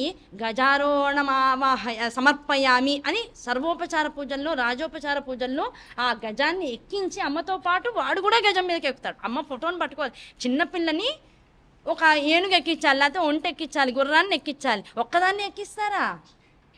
తల్లో, తండ్రో, అక్కో ఎవరో వెళ్తారు. ఆ వెళ్ళి దాంతోపాటు వాళ్ళు కూడా కూర్చుంటారు. ఇప్పుడు నువ్వేం చేస్తున్నావు? లోపల ఉన్నటువంటి బ్రహ్మ చైతన్యాన్ని గజారోహణం చేయించాలంటే నువ్వేం చేస్తున్నావు? దాన్ని పట్టుకుని నువ్వు కూడా ఎక్కుతున్నావు. ఇద్దరు కలిసి గజారోహణం చేసినారు. అసలు మనం చేసేటువంటి ఉపచారాల్లో గజారోహణం అంటే ఇది గజారోహణం. జీవితంలో ఒకసారి చేయగలం. ఆ జీవితంలో ఒకసారి చేసే అనుభూతిని పొందగలిగితే అమ్మ నిత్యం ఇంకా గజాన్ని దిగదట, ఎప్పుడు అక్కడే ఉంటుంది. కారణం ఏంటంటే అది కుంభస్థలం. అమ్మవారు ఉండగలిగినటువంటి పూర్ణ స్వరూపం అమ్మవారు కనుక ఆ పూర్ణ స్వరూపమైనటువంటి తల్లి స్థలం ఎక్కడుంది? ఈ హృదయ స్థానంలో. ఈ హృదయ స్థానంలో అమ్మవారిని నిత్యము ఉంచుకో. అది నువ్వు చేయాల్సినటువంటి పీఠ పూజ, అది నువ్వు సమర్పించాల్సినటువంటి షోడశోపచార పూజ. అలా పూజ చేయడం నేర్చుకో. అలా వ్యవహారంలో అమ్మవారిని అనుభవించడం నేర్చుకో. అనుభవించకుండా కేవలం పైకి ఉన్నదాంతంతా విసిరేస్తాను కాదు, ఉన్నదాంతంతా స్వీకరిస్తాను, అది పూజ. లోపలికి పెడితే ఆకలి తీరుతోంది. అన్నం తినేటప్పుడు మాత్రం లోపలికి పెడుతున్నావు, పూజ చేసేటప్పుడు మాత్రం బయటికి వదిలేస్తున్నావు. ఏది పూజ ఇప్పుడు? అందుకనే అన్నం తినడం యజ్ఞమైంది, పూజ చేస్తే నిర్మాల్యం అవుతుంది. విషయం పట్టుకున్నారా? కన్ఫ్యూజింగ్గా ఉంది కదా? అర్థమైనట్లుందండి, కానీ కొద్దిగా కన్ఫ్యూజింగ్గా ఉందండి. అన్నం తినడం అది యాగం. మరి ఇది ఎందుకు ఇంకా యాగం ఓట్లా? ఇది బయటికి వేసేస్తున్నావు, నువ్వు లోపలికి తీసుకోవడం తెలుసుకో. ఆ పూలతోనూ అక్షంతంతోనూ ఆ పంచామృతాలతోనూ నీ లోపల ఉన్నటువంటి దానికి చేయి. అప్పుడు అది ఏమవుతుంది, నీలో ఉన్న మాలిన్యాల్ని మాత్రమే బయటికి పంపిస్తుంది, ఉన్న సత్వస్వరూపాన్ని నీలోనే ఉంచుకుని ఆనందాన్ని అనుభవిస్తుంది. అటువంటి స్థితిని పొందడమే అహంకారాన్ని తొలగించుకుని చేసేటువంటి పూజగా మారుతుంది. అది జరగనంతసేపు నువ్వు బయటికి ఎన్ని బీజాక్షరాలతో ఎన్ని లక్షలు చేస్తావో అది నీకు ఈ శరీరం ఉన్నందుకు గాను నువ్వు చేసేటువంటి క్రియగా మారుతుంది తప్ప అది తత్వాన్ని తెలుసుకునేటువంటి యోగశాస్త్రం మాత్రం అవ్వదు. అటువంటి యోగశాస్త్రాన్ని చేయాలంటే అమ్మవారిని ఇలా చూడవయ్యా. ఈ అహంకారం తొలగనంతసేపు ప్రహ్లాదుడు చేసిన తప్పదే. నీలో నేను నిరంతర విష్ణునామ స్మరణ చేసేటువంటి వాడిని. స్వామి నాకు స్వయంగా కళ్ళకు కనపడ్డాడు, స్వామి నన్ను రక్షించాడు, నన్ను పట్టుకున్నాడు, నేను ఎక్కడికి వెళ్తే అక్కడలా నాతో పాటు వచ్చాడు. మా నాన్నగారిని నేను అడగంగానే వచ్చి మరి ఆయనకి తన స్వరూపాన్ని చూపించాడు. నా పైన ఉన్నటువంటి ప్రేమ స్వామికి ఇంకెవ్వరి మీద ఉండదు. అది ఆనందమే, అదృష్టమే. ఆ ఒక్క పాయింట్ దగ్గర ఆగిపోయాడు. ఆ స్వామి నన్ను ఇంత బాగా చూసుకున్నాడు అంటే నా భక్తి ఎంత గొప్పది అనే దగ్గర ఆగిపోయాడు. ఆ భక్తి ఎంత గొప్పది అనుకునేప్పుడు అహంకారం వచ్చింది. అహంకారాన్ని తీసేయాలంటే ఏం చేయాలి, ముళ్ళు గుచ్చుకుంది, ముళ్ళుతోనే తీయాలి. ఏ స్వామి వల్ల అయితే అహంకారం వచ్చిందో స్వామి తీయాలి. ఆ స్వామి నరనారాయణులుగా అక్కడికి ఎదుర్కొండా వచ్చారు. వచ్చేం చేశారు, ఎదురుకుండా కూర్చున్నారు, విల్లంబులు పెట్టుకున్నారు, తపస్సు చేస్తున్నారు. రెండూ చేస్తూ ఉంటే రెండూ చేయొద్దు అన్నాడు. నీకేం అధికారం ఉంది ఒక మనిషిని అలా శాసించడానికి? ఆ శాసనం చేసే హక్కు నీకు లేదని కూడా ఒక మనిషి యొక్క గుణగణాలని, వాడి యొక్క రూపురేఖల్ని, వాడు చేసే విధానాల్ని ప్రతిదాన్ని వేలెత్తి చూపిస్తున్నావు. ఆ వేలెత్తి చూపించే ప్రతి వాళ్ళము కూడా తప్పు చేస్తున్నామని గుర్తు చేసుకోవాలి. ప్రపంచం వైపుకి చెయ్యి తిప్పేటువంటి, వేలు చూపించేటువంటి అధికారికత ఏ మనిషికి లేదు. నువ్వు ప్రపంచం వైపుకి ఒక మనిషి వైపుకి తిప్పుతున్నావు అంటే నీ వైపుకి 4 వేలు తిరుగుతాయా, నువ్వు తప్పు చేసిన వాడు అవుతావా అనేటువంటిది పక్కన పెట్టేసే. నువ్వు ఒక ప్రపంచం వైపు తిప్పుతున్నావు అంటే ఆ ప్రపంచం అమ్మవారు, అవునా కదా? ఆ ప్రపంచం అమ్మవారు. ఇప్పుడు నువ్వు ఎవరి వైపు తిప్పుతున్నావు వేలు, ఎవరిలో తప్పులు ఎత్తుకుతున్నావు? అమ్మవారిలో తప్పే. అది మరి దైవనింద కాదా? ఆ దైవం నీలో ఉందని తెలుసుకున్నాక ఆత్మనింద కాదా? దైవనింద ఆత్మనింద చేసుకునేవాడు ఆత్మహత్య చేసుకునే దాంతో సమానుడవుతాడు, వాడు మరణించిన వాడితో సమానుడవుతాడని ఇప్పుడు శాస్త్రం ఎందుకు చెప్పిందో అర్థమైందా? కనుక ప్రపంచంలో నువ్వు ఇంతకాలం చేసింది పరనిందే. ఆ పరనింద చేస్తున్నాను అనుకుంటున్నావు, ఆత్మనింద చేసుకుంటున్నావు. దానివల్ల నువ్వు ఎందుకు వచ్చావో, ఎందుకు జగత్తులో తిరుగుతున్నావో, అసలు నీ కార్యం ఏమిటో, నీ లక్ష్యం ఏమిటో ఇవేవి నీకు అర్థం కాకుండా పిచ్చోళ్ళలాగా తిరుగుతున్నావు. పిచ్చోళ్ళలాగా తిరుగుతూ నేను చాలా సంస్కారవంతుడని భావిస్తున్నావు అంతే. అమ్మవారిని మర్చిపోయే జగత్తులో సంస్కారవంతంగా తిరుగుతున్నవాడు ప్రతివాడు పిచ్చివాడే, మదోన్మత్తుడే. ఆ మదాన్ని వదిలించిన తర్వాత అమ్మ వైపుకు తిరిగేవాడు మాత్రమే సద్గుణ సంపన్నుడు, వాడు మాత్రమే అమ్మవారిని తెలుసుకునేటువంటి ఉపాసకుడు. అటువంటి ఉపాసన చేసిన వాడు మనిషితత్వం నుంచి మనిషితత్వానికి మహర్షిత్వానికి వెళ్ళిపోతూ ఉంటాడు. అటువంటి మహర్షిత్వాన్ని నీలోకి తీసుకొచ్చుకుంటే, మహర్షులందరూ ఇంత తపస్సు చేస్తూ ఉంటారు. ఏమంటే వీళ్ళ పని తపస్సు చేస్తూ ఉండడమేనా అంటే, వాడు ఆ తపస్సు చేయడంలో ఆనందాన్ని పొందుతున్నాడు. అమ్మవారు చూరేనైనా నా దగ్గరికి రారా అంటే, అమ్మ నీ దగ్గరకు వస్తే ఊరికే కూర్చోవడమే ఉంటుంది, ఇక్కడ ఉంటే నేను ఉపాసించడం అవుతుంది, కనుక నేను ఇక్కడే ఉంటానంటున్నాను.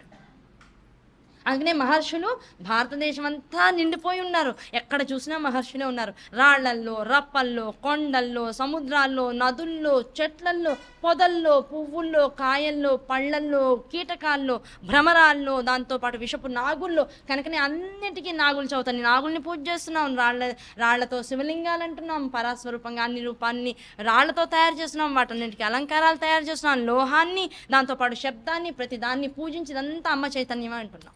కనుక ఇప్పుడు మహర్షి ఎక్కడున్నాడు? ప్రతి చోట నిబిడీకృతం అయిపోయి ఉన్నాడు. వాడిని పూజ చేసి నువ్వు కూడా మహర్షిగా మారవయ్యా, అమ్మని నిరంతరం కొలుస్తూ ఉండు, సాధన చేస్తూ ఉండంటే, ఆ సాధన చేసే వాళ్ళకు అహంకారం వస్తే ప్రహ్లాదుడుగా మారుతాడు. అహంకారాన్ని తీసేయాలంటే అద్భుతమైనటువంటి యుద్ధం జరగాలి. ఆ యుద్ధమే మనం చేసేటువంటి ఉపాసన. ఆ ఉపాసన ఎవరితోనో చేస్తున్నావు, యుద్ధం ఎవరితోనో చేస్తున్నావు, ఎదురుకుండా ఉన్నవాడితో యుద్ధం అనుకుంటావు కాదు. నీలో ఉన్నటువంటి ఆ నిర్మాల్యంతో నువ్వు ఇల్లు దులుపుతున్నాను, పండగ వస్తోంది అంటున్నావు, ఇల్లు దులుపుతున్నాను అంటున్నావు. ఆ ఇల్లు దులిపిన ప్రతిసారి మరి రోజు నువ్వు ఉండే ఇల్లు అయినా కూడా ఇంత చెత్త ఇంత బూజు ఎందుకు వస్తుంది? రోజు ఊడుస్తున్నావుగా, రోజు ఊడుస్తున్నా, రోజు సర్దుతున్నా, అంత చెత్త విడిగా మనం బాగు చేస్తున్నప్పుడు వస్తుంటే పండగల ముందు, మరి దీన్ని కూడా ప్రతిరోజు పండగ తెల్లారడం అంటే పండగే కదా. ఆ పండగ వచ్చిన ప్రతిరోజు దీన్ని దులుపుతూ ఉంటాయి కదా, ఇది ఎప్పుడు శుభ్రంగా ఉండేది. అపరిశుభ్రంగా ఉంది అంటే అపరిశుభ్రమైనటువంటి స్థానంలో అమ్మవారిని ఉంచిన పాపం ఇప్పుడు నీకు వచ్చినట్టేగా.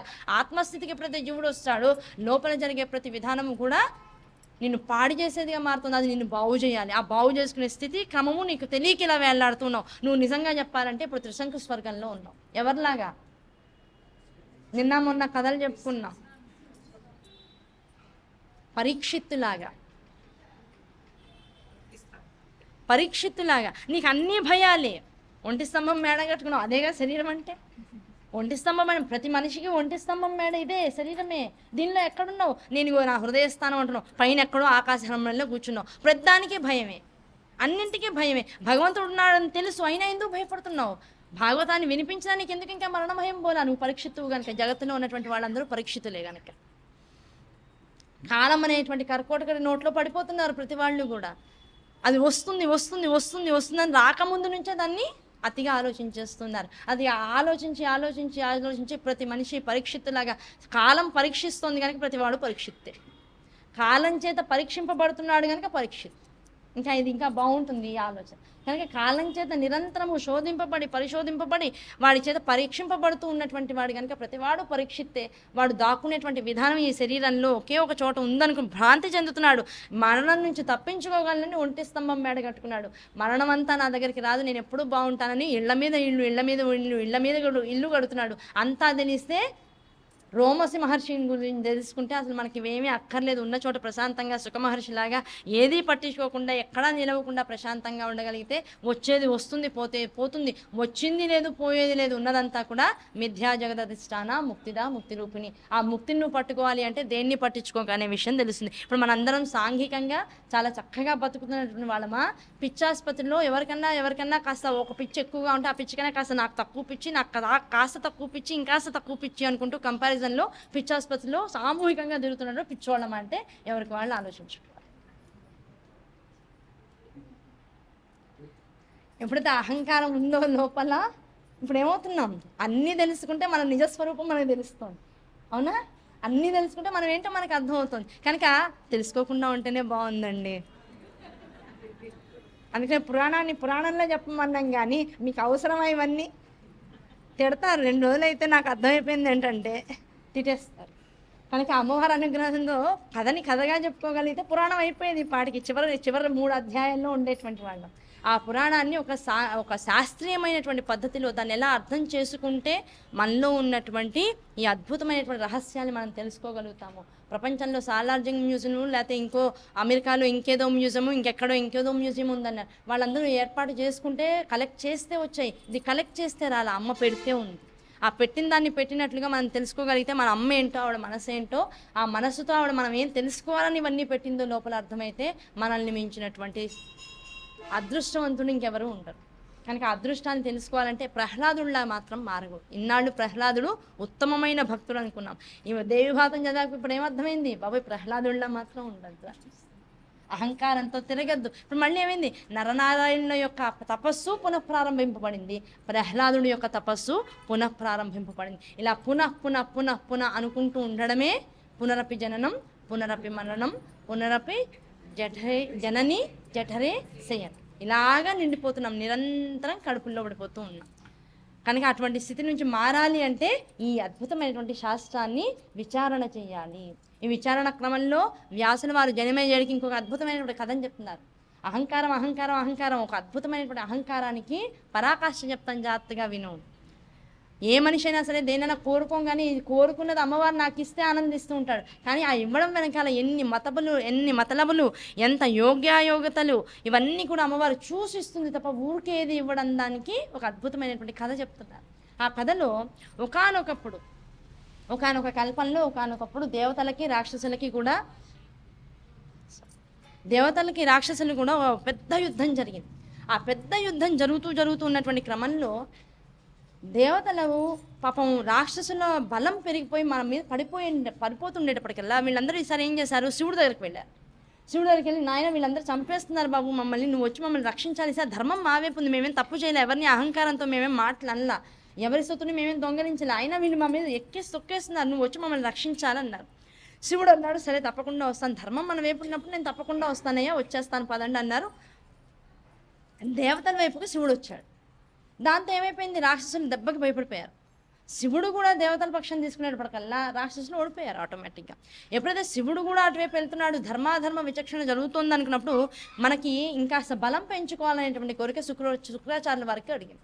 కలిగి ఆయన ఏం చేశారు? ఈ ఓడిపోయినటువంటి దేవతలందరూ పాపం బతుకున్న వాళ్ళందరూ తలో మూలకి పరిగెత్తారు. ఆ మూలకి పరిగెత్తిన వాళ్ళందరినీ కూడా ఒక సమావేశం ఏర్పాటు చేశారు. చేసి అందరినీ రాక్షసులందరినీ కూడా పాతాళ లోకానికి పిలిచి, అయ్యా మనందరికీ కూడా మొండిగా చేసేటువంటి బలం ఉంది తప్ప బుద్ధితో చేసేటువంటి బలం చాలా తక్కువగా ఉంది. పైగా ఇప్పుడు మీరందరూ బుద్ధిని పనిచేసేలా చేసుకోమంటే మీకు చాలా కష్టం అవుతుంది. మీ గురువుగా నేనేం చేస్తానంటే కొన్నాళ్ల పాటు టైం తీసుకుని 10 సంవత్సరాలు 100 సంవత్సరాలు ఒకసారి వెళ్ళి నేను తపస్సు చేస్తా. ఎవరి గురించి? శివుడి గురించి. విశేషంగా తపస్సు చేసి బృహస్పతి, దేవతలకి గురువు అయినటువంటి బృహస్పతి కన్నా కూడా మంత్రశాస్త్ర రహస్యాలు ఎన్నైతే ఉన్నాయో అన్నీ కూడా ఆయన కన్నా ఎక్కువగా నాకు తెలిసేలా, నేను ఉపాసన చేసేలా, ఆ విద్య అంతా కూడా నాకు అనుగ్రహింపబడేలా, అన్నింటికన్నా మించింది దాన్ని ఏమంటారు, సంజీవిని, మృత సంజీవిని మంత్రము రహస్యం, అది అతి రహస్యం. ఆ మృత సంజీవిని రహస్యాన్ని కూడా తెలుసుకుని పరమశివుడి దగ్గర నుంచి నేను ఈ మంత్ర బలంతో మీ దగ్గరికి వస్తా. అప్పుడు ఎన్ని యుద్ధాలు జరిగినా, ఏం జరిగినా, మీరు ఎంతమంది చచ్చిపోయినా మళ్ళీ మీ మీద చక్కగా ఆ ప్రయోగాలన్నీ చేస్తా, మీరు బతుకుతూ ఉంటారు. మనకి హాయిగా ఎంత సైన్యమైనా సరే ఇంకా వాళ్ళ మీదకి దూకడానికే తప్ప పడిపోయేటువంటి సౌన్యం లేకుండా నేను చేస్తా. కనుక మన బలం మనం పెంచుకోవాలంటే నాకు మీరు కాస్త సమయం ఇవ్వాలి. నేను ఉంటేనే అప్పుడప్పుడు ఓడిపోతున్నాం. లేకపోతే ఇప్పుడు ఏమవుతుంది, అసలు రాక్షస జాతే నశించిపోయేటువంటి వికల్పం కలుగుతుంది. కనుక మీరందరూ ఏం చేయండి అంటే, నేను మౌనంగా, ఈ విషయం మనలో ఉంచండి, నేను మౌనంగా ప్రశాంతంగా ఇక్కడి నుంచి హిమాలయాలకు వెళ్ళి స్వామిని గురించినటువంటి తపస్సు చేస్తా. ఈ లోపల మీరందరూ ఇప్పుడు బతికున్న వాళ్ళందరూ ఎలాగూ ఓడిపోయారు గనక మన ప్రహ్లాదుడు మనవుడు బలిచక్రవర్తినో తీసుకుని వాళ్ళు వస్తే దేవతలు ఈజీగా నమ్ముతారు. వాళ్ళిద్దరే కాస్త దేవతా వర్గానికి కాస్త ఆనుకూలంగా మాట్లాడేటువంటి వాళ్ళు. మీరు వెళ్ళాలంటే ఉన్నది కూడా రచ్చ అయిపోతుంది. కనుక ఆ పని చేయకండి. బలిచక్రవర్తిని తీసుకెళ్ళి ప్రశాంతంగా దేవతలతో సమావేశం ఏర్పాటు చేయండి. అయ్యా, మేము ఓడిపోయాం, మాకు బుద్ధి వచ్చింది, మన ఇద్దరం అన్నదమ్ములమే, చక్కగా కొన్నాళ్ల పాటు ఈ యుద్ధాలన్నీ మానేసి మీ పని మీరు చేసుకోండి. మేము కూడా ఈ మాంసాలు, సురాపానాలు ఇవన్నీ పక్కన పెట్టేసేసి కందమూలాలు తింటూ ముని ఆశ్రమంలో మేము కూడా హాయిగా బతుకుతాం. మాలో కూడా సాత్విక లక్షణాలు వస్తాయి. కొన్నాళ్ళు అయిన తాత, కనీసం కొంతకాలం గడిచిన తర్వాత ఇంకా మాలో ఈ రాక్షస గుణాలన్నీ పోతాయి. అప్పుడు మన ఇద్దరం ఇంకా హాయిగా చట్టాపట్టాలు వేసుకుని లోక కళ్యాణార్థం పనిచేద్దాం. అంతే తప్ప ఇంకా నో యుద్ధాలు, మేము ఎక్కడైనా కనపడినా మీరు లోపల నుంచి వజ్రాయుధాలు తీసి మమ్మల్ని చంపకండి, ఈ ఒప్పందం మీరు ఓకే అయితే దీని మీద సంతకం పెట్టండి అని ఓ పేపర్ అక్కడ పెట్టారు. బలిచక్రవర్తి కూడా వీళ్ళతో పాటు వచ్చేటప్పటికల్లా పాపం దేవతలందరూ కాస్త సాఫ్ట్ కార్నర్ ఉంది. విష్ణుమూర్తిని బాగా ఉపాసన చేసినటువంటి భక్తులు వీళ్ళు కూడా వచ్చారంటే వాళ్ళందరూ నిజం చెప్తున్నారనే అర్థం. కాకపోతే వాళ్ళకి తెలియదు ఏంటంటే బలిచక్రవర్తికి శుక్రాచార్యుల వారు చెప్పినటువంటి ప్లాన్ ఇదంతా అని తెలియదు. దాంతో సరే బలిచక్రవర్తి కూడా వచ్చాడు, మాట్లాడారు, ఒప్పందాలని ఇరు వర్గాలు మొత్తం బాంబుళ్ళ దాన్ని ఏమంటారు, అణ్వాయుధాలు ప్రదర్శించకుండా ప్రతి వాళ్ళు కూడా కామ్గా ఉండేటందుకు కావాల్సినటువంటి సంతకాలు చేసుకున్నారు. స్వర్గలోకంలో వాళ్ళు ఉండిపోయారు.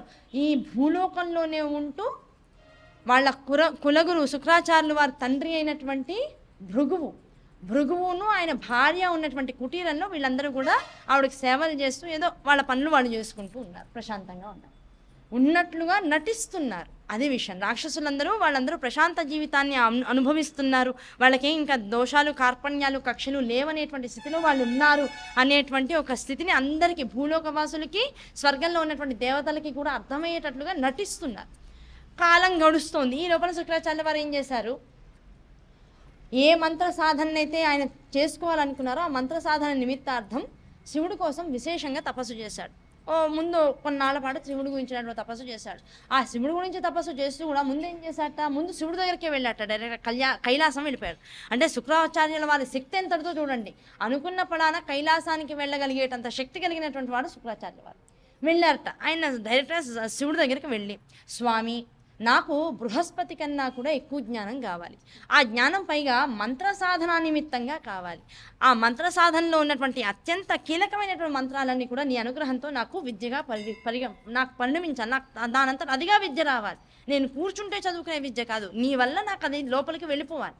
దాంతోపాటుగా అతి ఉత్కృష్టమైనటువంటి విద్య మృత సంజీవిని విద్య. ఆ మృత సంజీవిని విద్య నీ వల్ల నాకు ఇవ్వబడాలి, నువ్వు నాకు గురువు అవ్వాలి. కనుక ఆ మృత సంజీవిని విద్యతో నేను చచ్చిపోయినటువంటి రాక్షసులందరినీ కూడా మళ్ళీ పునర్జీవితులను చేసి వాళ్ళ ద్వారా ముల్లోకాల్లోనూ రాక్షసుల యొక్క ఆధిపత్యాన్ని నిలబెడదాం అనుకుంటున్నా. నా వంశం, నా శిష్యులు బాగుండాలని ఏ గురువైనా కోరుకుంటారు కదా. కనుక నాది అతిశయోక్తితో కూడుకున్నటువంటి కోరిక కానే కాదు. కనుక నా గురువు మీరు కనుక, నా దైవం మీరు కనుక, మా రాక్షస జాతంతా కూడా మిమ్మల్ని నమ్ముతుంది కనుక మీరు మాకు ఈ సహాయం చేసి పెట్టాల్సిందే. పైగా ఇంకో విషయం, ఈ విషయాలు మీరు ఎవరికి చెప్పకూడదు.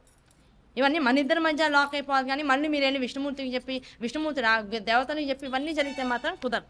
కనుక మీకు నాకు ఒప్పందం ఏంటంటే ఈ విషయాలు మన మధ్యలోనే ఉండాలి. ఓ పేషెంట్ మీ దగ్గరికి వచ్చారంటే డాక్టర్ ఆ పేషెంట్కి సంబంధించిన విషయాలన్నీ కూడా చాలా గుప్తంగా ఉంచుతాడు, ఇంకో పేషెంట్తో చర్చించడు. అలాగే నన్ను కూడా మీరు అలా పేషెంట్లా స్వీకరించండి, నాకు సహాయం చేయండి అని అడిగాడు. వెంటనే స్వామి అన్నాడు, అయ్యా దాందే ఉంది, కానీ నువ్వు అడిగేటువంటి మంత్ర సాధన, మంత్ర విద్య, అందున మృత సంజీవిని విద్యను అడుగుతున్నావు, అదంత తేలికైన విషయం కాదు. దాన్ని సాధించాలంటే నువ్వు కొన్నేళ్ల పాటు తపస్సు చేయాలి. అయ్యా 100 ఏళ్ళైనా చేస్తానన్నాడు. పిచ్చివాడ 100 ఏళ్ళు కదరా, కనీస పక్షంలో 1000 ఏళ్ల పాటు చేయాలన్నాడు. కనీస పక్షంలో నువ్వు 1000 ఏళ్ల పాటు సాధన చేస్తే నీకు ఈ మంత్ర విద్య అంతా కూడా నా అనుగ్రహం వల్ల వస్తుంది. ఎందుకంటే అది తేలికైన విద్య కాదు, దాన్ని చాలా కష్టపడాలి. ఆ కష్టం పైగా ఎలా పడాలి? ఇక్కడ అతి చల్లనైనటువంటి క్షేత్రానికి వెళ్ళు, అది బదరీ కావచ్చు, కేదారం కావచ్చు, భూలోకంలో ఆ క్షేత్రానికి వెళ్ళు. అక్కడికి వెళ్ళి ఒక చెట్టుని, బలంగా ఉన్నటువంటి ఒక చెట్టుని ఎంచుకో. నీ తపోసాధనకి నువ్వు చేసేటువంటి 1000 సంవత్సరాలు కూడా ఆ చెట్టే నువ్వు ఆధారం చేసుకోవాలి. అంతే తప్ప ఇవాళ ఈ చెట్టు, రేపు ఇంకో చెట్టు, ఎల్లుండి ఇంకో చెట్టు అని మాత్రం చెట్టుని మార్చకూడదు. ఆ చెట్టును తదేకంగా నీ మంత్ర సాధనకి నువ్వు చేసేటువంటి తపస్సుకి ఆలవాలంగా నిలబెట్టుకో, ఓ రూపంగా నిలబెట్టుకో. దానికి మొత్తం ఉల్టా పల్టా తలకాయ కింద పెట్టి కాళ్ళతో కొమ్మని పట్టుకో. ఆ కొమ్మని పట్టుకుని దాన్ని దారంతో కట్టుకోవడం కాదు, వేళ్లతో 2 పాదాలని ఇలా ముడేసుకుని నీ కాళ్ళతో మాత్రమే కొమ్మని పట్టుకోవాలి. ఆ కొమ్మతో నీ కాలు విడిందా నువ్వు కింద పడతావు, మళ్ళీ సాధన మొదలవుతుంది. ఇది నెంబర్ 1 రూల్. నెంబర్ 2 రూల్, తలకిందులుగా ఉన్నటువంటి వాడివి కిందకి తలకాయ వదిలేసేసి నమస్కార ముద్రలో ఉండి నా గురించినటువంటి తపస్సు చేయాలి. బాగుందా అంటే చేసేస్తాను గురువుగారు అన్నాడు. ఇంకో విషయం ఉంది, కింద ఆ కేదారం, బదరి అనేటువంటి అతి చల్లనైనటువంటి స్థానాల్లో ముక్కులో నస్యం పీలుస్తాం, దాన్ని ఏమంటాం, పొగాకు. ఆ నస్యం పీల్చేటువంటి ఒక చెట్టు పెరుగుతుంది. ఆ చెట్టు ఆకు బాగా ఎండ కొడితే అది చేతిలో పెట్టి ఇలా అనగానే మెత్తగా పిండిలాగా తయారైపోతుంది. ఆ పిండినంతా రెడీ చేసుకో. నిమిషానికి ఒకసారి కింద మంట ఏర్పాటు చేసుకుని ఆ మంటలో ఈ పిండిని రాలుస్తున్నాడు. అంటే నస్యం బాగా పొగాకంతా అక్కడ గుట్టగా పేర్చి దాన్ని కాలుస్తూ ఉండు. ఆ వాసన రోజంతా పీలుస్తూ నువ్వు తపస్సు చేయాలి. కింద నుంచి మంట, పొగ ఉండాలి, అది ఊపిరాడనివ్వదు. అలా నువ్వు ముక్కు మూసుకోవడానికి వీల్లేదు. ముక్కు మూసుకోకుండా ఆ వాసన పీలుస్తూనే ఆ మంట కింద ఉంటూనే తలకిందులుగా ఉంటూ కాళ్ళతో కొమ్మని గట్టిగా పట్టుకోవాలి. దేంతోనూ కట్టుకోవడానికి వీల్లేదు. ఈ కింద మంట ఆగినా నీ సాధన అయిపోతుంది, కాలు ముడి వీడినా నీ సాధన అయిపోతుంది, నువ్వు కింద పడిపోతావు. మధ్యలో ఇవన్నీ కంట్రోల్ చేస్తూ మంత్రం ఆపినా నీ సాధన మళ్ళీ అయిపోతుంది. ఈ 3ంటితో నువ్వు జాగ్రత్తగా చాలా క్లిష్టమైనటువంటి ఈ తపస్సును నువ్వు చెయ్యాలి. అయ్యో బాబోయ్, ఈయన నాకు మంత్రం ఇవ్వట్లేదు, ముందు నన్ను చంపేసే ప్రయత్నంలో ఉన్నాడనే విషయం శుక్రాచార్యుల వారికి అర్థమైపోయింది.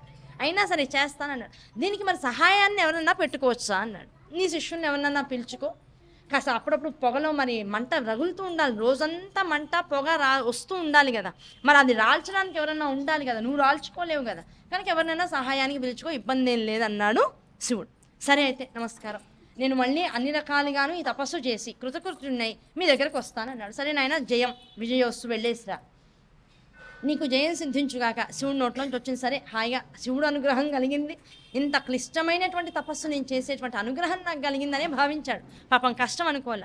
బదరీ క్షేత్రానికి, కేదార క్షేత్రానికి మధ్యలో ఉన్నటువంటి మహామేరు ప్రస్థానం ఉన్నటువంటి చోటుకి వచ్చాడు.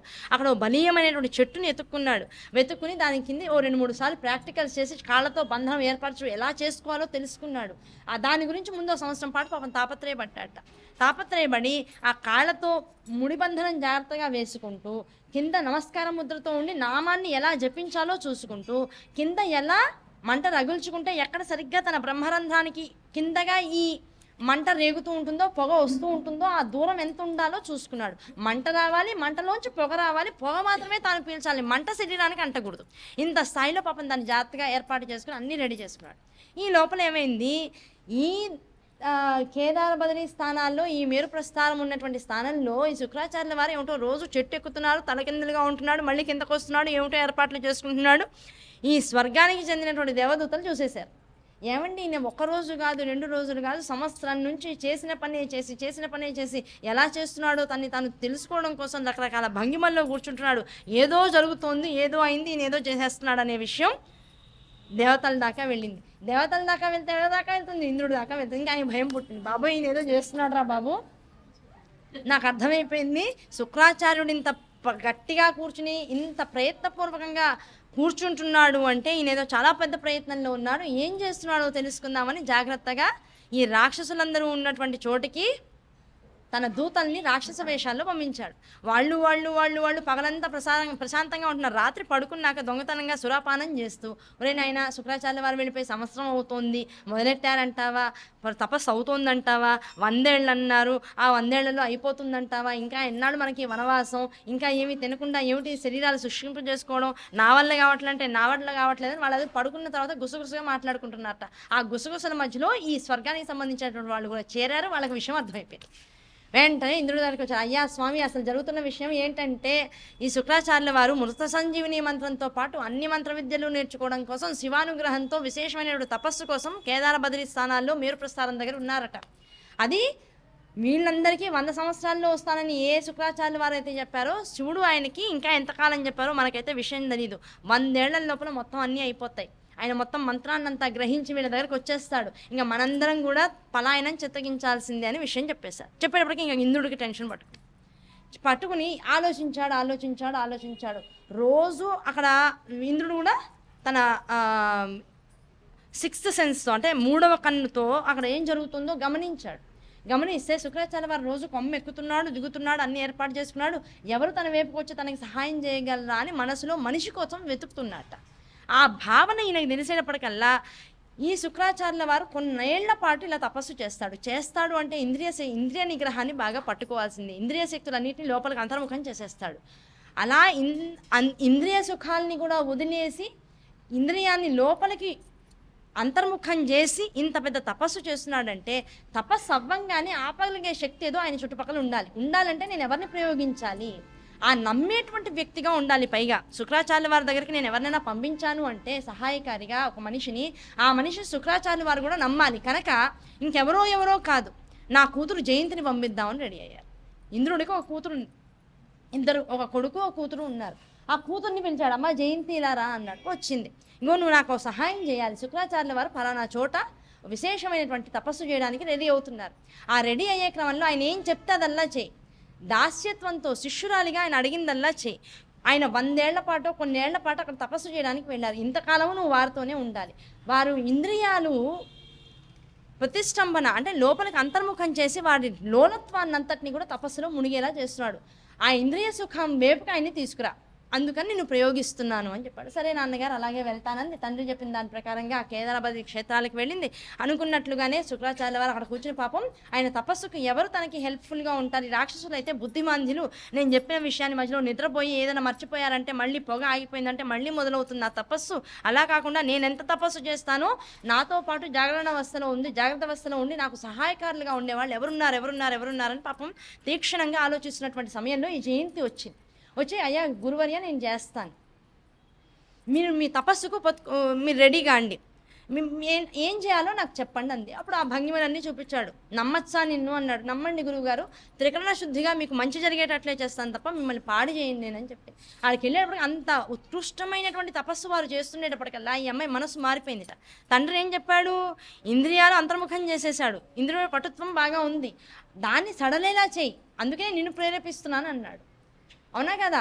ఆవిడేం చేసింది పాప, ఇంత కష్టపడుతున్నాడు, అసలు ఆ భంగిమని చూస్తుంటేనే బాధేస్తుంది. పైగా కింద నుంచి పొగ నిప్పు వీటితో ఇంత తపస్సు చేశాడు. తపస్సును పాడు చేయడం మహాపాపం కదా. చేసుకొని 100 ఏళ్ల పాటు సాయం చేద్దాం, ఏముందలో నా తండ్రి ఈ తపస్సు జరుగుతున్నంత కాలం ప్రశాంతంగా ఉంటాడు, నేను ఆయన సహాయకారిగా ఉంటా. తర్వాత ఏం జరిగితే అది భగవతి అనుగ్రహం అనుకుంది, ఇదేది నేను చేయట్లేదు అనుకుంది. ఆయనకి పాపం సహాయం చేయడానికి రెడీ అయిపోయింది. ఈ అమ్మాయి సహాయంతో ఇప్పుడు శుక్రాచార్యుల వారు ఏం చేశారు, పైన బంధనం ఏర్పాటు చేసుకున్నారు. ఆ అమ్మాయికి కావాల్సిన మొక్కలన్నింటినీ సంవత్సరకాలం పాటు పక్కన పెంచుతూ ఉన్నారు. ఎప్పటికప్పుడు ఆ మొక్కలు తీసుకోవడం, ఎండగొట్టడం, పొడి చేయడం, ఈ ధూపంలో వేస్తూ ఉండడం. దాని ద్వారా వచ్చే పొగ శుక్రాచార్యుల వారి మీదకి వెళ్తుందా వెళ్ళట్లేదా దశ చూసుకుంటూ ఏది అది రెడీ చేసుకుంటూ ఉండడం.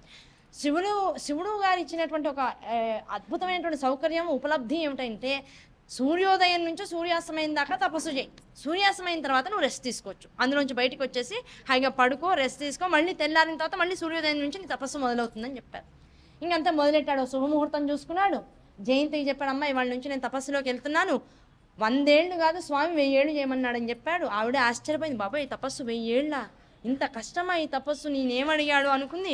ఓకే అంది. 1000 ఏళ్ల పాటు తాను కూడా ఆయనతో పాటు తపస్సు చేయడానికి నిశ్చయించుకుని ఇద్దరు సంకల్పం తీసుకున్నారు. ఇంకా రోజు ఇదే పని, సూర్యోదయం అవ్వడం, ఆయన వెళ్ళి చెట్టుకు బంధనం వేసుకోవడం తలకిందులుగా, కింద ఇవిడ మంట రాల్చి పొగను వేసడం. ఆ పొగ పీలుస్తూ ఎంత ఉత్కృష్టమైన పొగ అంటే అసలు ఊపిరి ఆడేది కాదు పాపం. శరీరంలోంచి రక్తము ధారగా నీళ్ల రూపంలో, చెమట రూపంలో పాపం కింద కాలిపోయి ఆ నీళ్లు ఆ ధూపంలో పడిపోయి పాపం అది ఆరిపోతూ ఉండే స్థితికి వచ్చేట. జయంతి దాన్ని ఆరనివ్వకుండా నిరంతరం దానిలోంచి ధూపం బయటకు వచ్చేటట్టుగా అంత శ్రమ కూర్చి ఆయన ఎంత తపస్సు చేస్తున్నాడో ఆవిడంత తపస్సు చేసింది పాపం 1000 ఏళ్ల పాటు. సాయంకాలం దిగిపోయిన తర్వాత చెట్టు చేతులన్నీ బొబ్బలు గట్టిపోయి, చేతుల్లోంచి రక్తాలు వచ్చి, కాళ్ళల్లోంచి రక్తాలు, చేతుల్లోంచి రక్తాలు, శరీరం అంతా రక్తం కారి ధారలు కట్టిపోయి ఎండిపోయి, ఆ ఎండిపోయిన దాని నుంచి పురుగులు పుట్టి, ఆ చెట్టు మీద నుంచి వచ్చేటువంటి పురుగులు, రకరకాల పక్షులు శరీరాన్ని కుడుతూ ఉంటే ఆ బాధలన్నీ అనుభవిస్తూ మంత్రం మాత్రం నోట్లోంచి వదలకుండా ఆ ఎండకి ఆ వేడికి శరీరం అంతా బొబ్బలెక్కిపోతూ ఉంటే ఆ బొబ్బల నుంచి వచ్చేటువంటి రసిని కూడా అనుభవిస్తూ బాధను అనుభవిస్తూ ఇలా పాపం ఆయన కష్టపడితే వాటన్నింటికి సపర్యలు చేసి మందులు రాసి తామరాకులు ఎక్కడెక్కడ ఉన్నాయో అన్ని తీసుకొచ్చి శరీరానికి వస్త్రంగా చుట్టి, ఆ తామరాకులు ఏంటంటే అగ్నిని గ్రహించే శక్తిని కలిగి ఉంటాయట. రకరకాల ఇబ్బందులు ఆ తామరాకుకి శరీరానికి పట్టేసి ఒక పట్టి వేసేస్తే శరీర బాధలన్నీ పోతాయట. అంత ఉత్కృష్టమైనటువంటి తపస్సుకి అంత జాగ్రత్తగా పాపం పరిచర్యలు చేసి 1000 ఏళ్ల పాటు ఆ తపస్సును నిర్విఘ్నంగా చేయగలిగేటువంటి అవకాశాన్ని శుక్రాచార్యుల వారికి ఇంద్రుని యొక్క కుమార్తె అయినటువంటి జయంతి ఇచ్చింది. ఇచ్చేటప్పటికల్లా మొత్తం 1000 ఏళ్ల తపస్సు పూర్తయింది. ఆనందించాడు, ఆహా అనుకున్నాడు. కిందకి దిగి వచ్చేటప్పటికల్లా ఆ తపస్సు ఇంకా చివరి రోజు అనుకునేటప్పటికల్లా శివుడు తనంతట తాను వచ్చేసాట. శుక్రాచార్య ఆనందించేశానయ్యా, నీ తపస్సు మామూలు తపస్సు కాదు, నువ్వు మధ్యలో ఆపేస్తావేమో చెయ్యలేక అనేటువంటి ఉద్దేశంతో చెప్పా, కానీ నువ్వు పట్టుదలగా చేస్తూనే ఉన్నావు, నేను ఇంకొక 100 ఏళ్ళంటే కూడా చేసేటట్టే ఉన్నావు కనుక నీ తపస్సుకు మెచ్చాను, చాలా ఆనందించాను. నువ్వు అడిగినటువంటి విద్యలన్నింటినీ కూడా నీకు ఇచ్చేస్తున్నాను, తథాస్తు. నీకు వాటి నుంచి మృత సంజీవిని విద్యతో పాటు జగత్తులో ఎన్ని మంత్రశాస్త్ర రహస్యాలైతే ఉన్నాయో వాటన్నిటినీ నీకు అనుగ్రహించేస్తున్నాను. ఇవాళ నుంచి నీ శిష్యుల్నే ఉద్ధరించుకుంటావో, నీ జాతినే ఉద్ధరించుకుంటావో, నీ ఇష్టం, ఇంకా దేనికి నేను అడ్డురానని చెప్పేసి వెళ్ళిపోయాడు. ఆనందం. ఇంకా జయంతి దగ్గరికి వచ్చాడు. నిజంగా అమ్మ నువ్వు చేసినటువంటి సహాయం మామూలు సహాయం కాదన్నాడు. నీకేమన్నా కోరిక ఉందా? నేను చేసినటువంటి 1000 ఏళ్ల తపస్సుకి స్వామి మెచ్చి నాకు ఇంత మంత్ర విద్యనంతా కూడా ఇచ్చాడు. నువ్వు నాకు చేసినటువంటి సహాయం లేకపోతే ఈ తపస్సు ఇలా అయ్యేది కాదు కనుక నువ్వు ఏదన్నా అడుగు, నేను నీకు ఇస్తాను. ఆ అమ్మాయి అడిగింది, ఒకటే విషయం అడిగింది, ఇన్నేళ్ల పాటు నీతో సహచర్యం చేశా, ఇన్నాళ్ళు నీ బాగోగులు చూసుకున్నా, నేను పతిగా పొందాలనేటువంటి కోరిక నాలో ప్రబలంగా ఉంది, నువ్వు నన్ను వివాహం చేసుకో. పాపం ఆవిడ వేరే ఆలోచన ఏం లేదు, నిజంగానే ప్రేమించింది టైం. ప్రేమించి నన్ను వివాహం చేసుకో, నన్ను పాణిగ్రహణం చేయి, నాకు నీతో రమించాలనేటువంటి కోరిక ఉంది. నీ నిష్ట, నీ గరిష్ట, నీ విద్య, నీ ఆసక్తి ఇవన్నీ కూడా నాలో ఆనందాన్ని పెంచేశాయి. నీ పట్ల ఆకర్షణ కలిగింది. నాకు ఆకర్షణకి కావలసినటువంటిది ఏమిటాయి అంటే నీతో సహవాసం చేయాలి నేను కొన్నాళ్ల పాటు. అమ్మ చాలా కష్టమైన కోరిక, నేను వెళ్ళి వెంటనే నా వంశాన్ని ఉద్ధరించుకొని నా శిష్యుల్ని బాగు చేసుకోవాలి, అలాంటిది నువ్వు ఈ కోరిక కోరావు.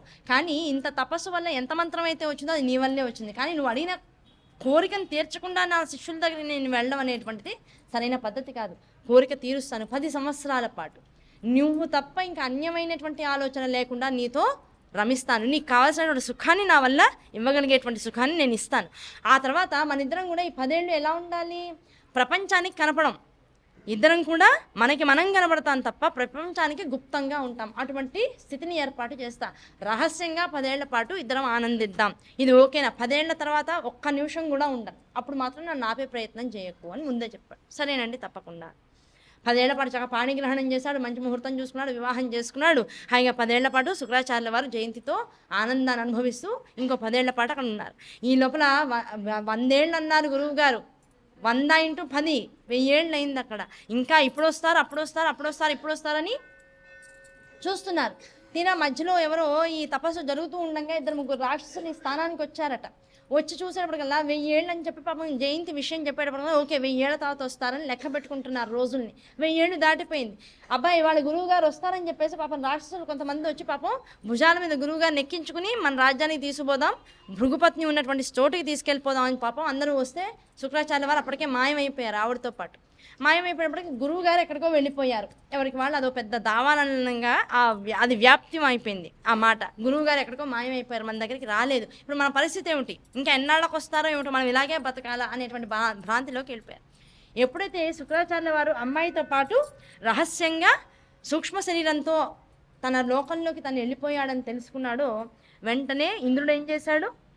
బృహస్పతి యొక్క సహాయం అడిగాడు. అడిగి ఏం చేశారు? అయ్యా మీరు శుక్రాచార్యుల వారి రూపాన్ని ధరించండి, ధరించి రాక్షసుల దగ్గరికి వెళ్ళండి, వెళ్ళి శుక్రాచార్యుడే మీరన్నట్లుగా మీరు ఇచ్చినటువంటి మీరు గ్రహించినటువంటి మంత్రశాస్త్రాన్ని ఏదైతే వరంగా పొందారో దాన్ని ఇస్తాను, మీకోసమే ఉపయోగిస్తాననేటువంటి క్రమంలో వాళ్ళని ఇంకాస్త మందబుద్ధులుగా తయారు చేయండి. వాళ్ళకి ఎటువంటి శిక్షణ, యుద్ధ నైపుణ్యం కానీ, మనుషుల పట్ల వ్యతిరేక భావన కానీ లేకుండా నిరంతరం ఏదోటి తాగేటట్లుగా, తినేటట్లుగా, సుఖాంతో మనుషులు బాగా అలవాటు పడిపోయేటట్లుగా వాళ్ళందరికీ తర్ఫీదు ఇవ్వండి. ఇంకా వాళ్ళు మిమ్మల్నే గురువు అనుకోవాలి తప్ప ఇంకో 10 ఏళ్ల తర్వాత వచ్చేటువంటి శుక్రాచార్యుల వారిని కూడా గురువు అనుకోకూడదు.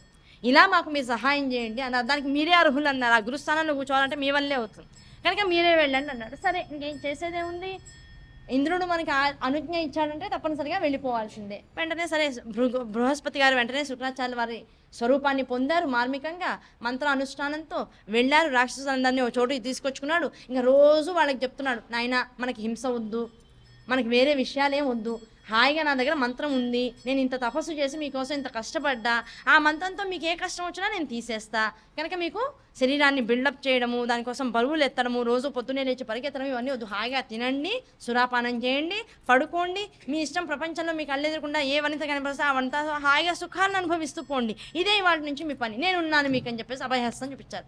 గురువుగారు ఇన్నాళ్ళు వద్దు, తాగద్దు, వనితలు వద్దు, ఏమీ వద్దు, వేదాన్ని చదువుకోండి, నేను చదువుతూ ఉంటాను, మీరు అవి విని దాని ద్వారా అర్థం చెప్తూ ఉంటాను, అర్థం చేసుకుని వేద రహస్యాలు తెలుసుకుంటూ ఉండండి, దాని ద్వారా మీలో శక్తి పెరుగుతుందని తిడుతూ ఉండేవారు. ఈ తపస్సు ఏమిటో మా గురువుగారిని బాగానే మార్చేసింది, మాకందరికీ ఏది ఇష్టమో అదే చేయమని మన గురువుగారు చెప్తున్నారు. ఆహా, ఎంత అదృష్టవంతులు మనం అందరం కూడా అనుకున్నారు. ఇంకా ఆ రోజు నుంచి ఇంకా 10 ఏళ్ల పాటు నిరంతరంగా తాగడం, తినడం, రమించడం, పడుకోవడం, తాగడం, తినడం, రమించడం, మొత్తం రాక్షసులందరూ కూడా తినడానికి తాగడానికి బానిసలైపోయారు. ఒక్కొక్కళ్ళ ఆకారము కూడా దృఢంగా, బలంగా, భయం కల్పించేదిగా ఉండేటువంటి రూపాలు పొట్టలతోనూ గురకతోనూ నిండిపోయింది. ఏముంది, ఈ అవలక్షణాలన్నీ వచ్చినప్పుడు మనుషులు ఏమవుతుంది, నిద్రావస్థ, ఎప్పుడు చూసినా ఆవలింత ఆకలి, ఈ ఆవలింత ఆకలికి అలవాటు పడిపోయి సుఖానికి అలవాటు పడిపోయారు. 10 ఏళ్ళు గడిచిపోయింది. 10 ఏళ్ళు గడిచిన తర్వాత శుక్రాచార్యుల వారు జయంతికి మళ్ళీ అమ్మ వెళ్ళొస్తానని చెప్పారు. యథారూపాన్ని పొందారు. గబగబా వడివడి అడుగులు వేసుకుంటే రాక్షసులందరూ ఎక్కడున్నారో జ్ఞాననేత్రంతో చూశాడు. ఆ స్థానానికి వచ్చేసాడు. వచ్చేటప్పటికల్లా తాను కూర్చోవలసిన పీఠంలో ఆల్రెడీ శుక్రాచార్యుల వారు ఉన్నారు. ఉండేటప్పటికి దగ్గర చూడంగానే తెలిసిపోయింది బృహస్పతి ఉన్నాడు అక్కడ అనేటువంటి విషయం. బృహస్పతి ఇంత నాటకం ఆడతావా అని చెప్పేసి గబగబా రాక్షసుల దగ్గరికి వచ్చి, ఆయన నేను మీ గురువు గారిని అన్నాడు. ఆయన అన్నాడు, అయ్యా గురువు గారు, నేను ఎప్పుడు చెప్పాను, నేను 1000 ఏళ్ళు తపస్సు అని చెప్పా, 10 ఏళ్ల లోపల నేను ఇంతకాలం లేట్ చేస్తానని మీకేం నేను ఇన్ఫర్మేషన్ ఇవ్వాల, 1000 ఏళ్ళ తపస్సు అయ్యాక మీ దగ్గరకు వచ్చింది ఎవరు, గురువుగారు మీరేనండి అన్నారు. 10 ఏళ్ళు ఆలస్యంగా వచ్చింది ఎవరు, ఈయనండి అన్నారు. ముందు వచ్చినవాడు గురువా, లేటుగా వచ్చినవాడు గురువా, అయ్యా ముందు వచ్చినవాడే గురువు అన్నారు. అయితే నేనే గురువుని అన్నారు. అవునండి మీరే గురువు అన్నారు. మరి వచ్చినవాడు మరి దొంగ అన్నారు. దొంగని కొట్టాలి అన్నారు. పాప రాక్షసులందరూ కలిసి దొంగని కొట్టడం మొదలెట్టారు. శుక్రాచార్యుల వారి మీద ఏకంగా దెబ్బలేసి కాలుతో తన్నేశారట.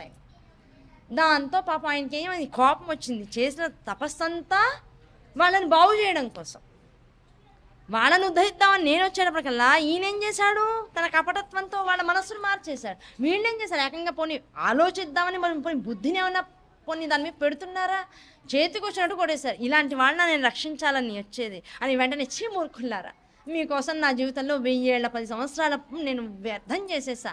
ఏ మంత్రాలనైతే నేను శివుడు అనుగ్రహంతో ఇంత కష్టపడి సాధించానో అవేవి ప్రయోగించే సమయం వచ్చేటప్పుడు మీకు ఎందుకు పనికిరానివిగా తయారవుతాయి, ఇదే నా శాపం అన్నాడు. ఇప్పుడు ఈ తపస్సంతా ఏమైపోయింది, వ్యర్థమైపోయింది. అది ఎప్పుడైతే అది చెప్పేసేసి ఈ రాక్షసులందరినీ విసుక్కుని ఆయన వడివడిగా వెళ్ళిపోయాడో, ఈ రాక్షసులందరూ కూడా పోతే పోయాడు దొంగస్వామి, అసలు గురువుగారు మన దగ్గరే ఉన్నారు కదా అని ఇటువైపు చూసేటప్పటికల్లా ఇంకా చాలా అనుకుని ఈయన కూడా మాయమైపోయాడు. కావాల్సింది అదే కదా, కావాల్సింది అదే. ఆయన తన మంత్రరహస్యాలు ఎన్ని తెలుసుకున్నా అది ఉపయోగించే సమయం వచ్చేటప్పటికల్లా నిరర్ధకం అయిపోవాలి. అది ఎలా కుదురుతుందంటే ఇలాగే కుదురుతుంది. ఆ శాపం రాక్షసులందరికీ మా బృహస్పతి ఎప్పుడైతే వచ్చిందని చూశారో వెంటనే ఆయన కూడా మాయమైపోయారు. అసలు ఆయన పోయాడు, ఆయన పోయాడు. ఇప్పుడు ఏం చేయాలి, ఇప్పుడు ఎవరు నిజం ఎవరు అబద్ధం, ఎవరి కోసం వెతకాలి అర్థం కాల. పాపం మళ్ళీ తోచని స్థితిలోకి పాపం వీళ్ళందరూ వచ్చేసారు. ఈ లోపల ఏమైంది, రకరకాల విధానాలు జరిగినాయి. ఈ లోపల ఎప్పుడైతే ఈ శుక్రాచార్యుల వారు 1000 ఏళ్ల తపస్సు చేస్తూ ఉన్నారో, ఆ తపస్సు చేసే క్రమంలో ఈ దాక్కున్నటువంటి రాక్షసులందరి మీద కూడా ఇంద్రుడు యుద్ధాన్ని ప్రకటించారు. వచ్చి కనీసం ముందస్తు మాట కూడా లేకుండా దొరికిన రాక్షసుడిని దొరికినట్టుగా నరికేయడం మొదలెట్టేశారు. ఏదైనా వీళ్ళందరూ ఇంత పెద్ద ప్లాన్ చేసి వాళ్ళ సంతతిని పెంచుకోవడం కోసం వాళ్ళు మరణిస్తే కూడా మళ్ళీ పునః మా జీవితాన్ని పొందడం కోసం ఇంత కపట నాటకం ఆడారు. లోకానికి మంచిది కాదు రాక్షసులు అనేటువంటి విషయం తెలిసి కూడా శుక్రాచార్య వారు వీళ్ళకి సహాయం చేయడానికి వెళ్ళారు. ఇటువంటి రాక్షస వంశం ఉండడానికి వీలేదు. కనీసం కళ్ళ ముందు ఉన్నటువంటి రాక్షసుల్ని చంపేసేద్దామని దొరికిన వాడిని దొరికినట్టుగా చంపేయడం మొదలెట్టారు. అరుస్తూ అరుస్తూ చచ్చిపోయే ముందు రే నాయన వస్తున్నారు, దేవసేన అంతా కూడా వస్తుంది, మిమ్మల్ని మీరు రక్షించుకోండి అని చెప్పేసి రాక్షసులందరూ అరవడం మొదలెట్టారు. ఒక్కొక్క అరుపు వచ్చి కొంతమంది అసలు విషయం అర్థమై పరిగెత్తారు. పరిగెత్తి భృగువాశ్రమానికి వెళ్ళి అక్కడ ఉన్నటువంటి భృగు యొక్క ఆశీర్వాదంతో రక్షింపబడదామని చూసేటప్పుడు భృగు గారు ఆశ్రమంలో లేరు. వెళ్ళేటప్పటికల్లా ఇంకా ఉందెవరు, భృగువు యొక్క పత్ని, గురుపత్ని ఉంది ఆశ్రమంలో. అయ్యో ఈవిడ స్త్రీ అబల, ఈవిడ మనకేం సహాయం చేస్తుందని పాపం వీళ్ళందరూ ఆర్తనాదాలు చేస్తూ రక్షించండి అని అరుస్తున్నారు. ఈ లోపల ఇంద్రుడు వాళ్ళు వచ్చేటప్పటికి ఆవిడ లోపల నుంచి ఈ అల్లరంతా విని బయటకు వచ్చింది. వచ్చి ఏం చేసింది, ఏమిటి నాయన ఏమిటి గోల, ఏం జరుగుతోంది అంది. ఇంద్రుడికి ఆ భృగుపత్ని మేనత్త అవుతుంది. అత్తయ్య అయ్యో వీళ్ళందరూ నన్ను మోసం చేశారు, వీళ్ళందరినీ చంపేయడానికి నేను వజ్రాయుధంతో నా సేనలతో వచ్చా, నువ్వు వదిలేసేసి నేను వాళ్ళందరినీ చంపేస్తా అన్నాడు. నా భర్తకి వీళ్ళందరూ శిష్యులనైనా ఇది ఒక వంశం, ఈ రాక్షస వంశాన్ని నిలబెట్టాలి, వాళ్ళకి మేము పెంచడం వాళ్ళు శరణాగతి వేడి మా దగ్గరికి వస్తే ఆశ్రయం ఇచ్చినటువంటి వాడు నా భర్త.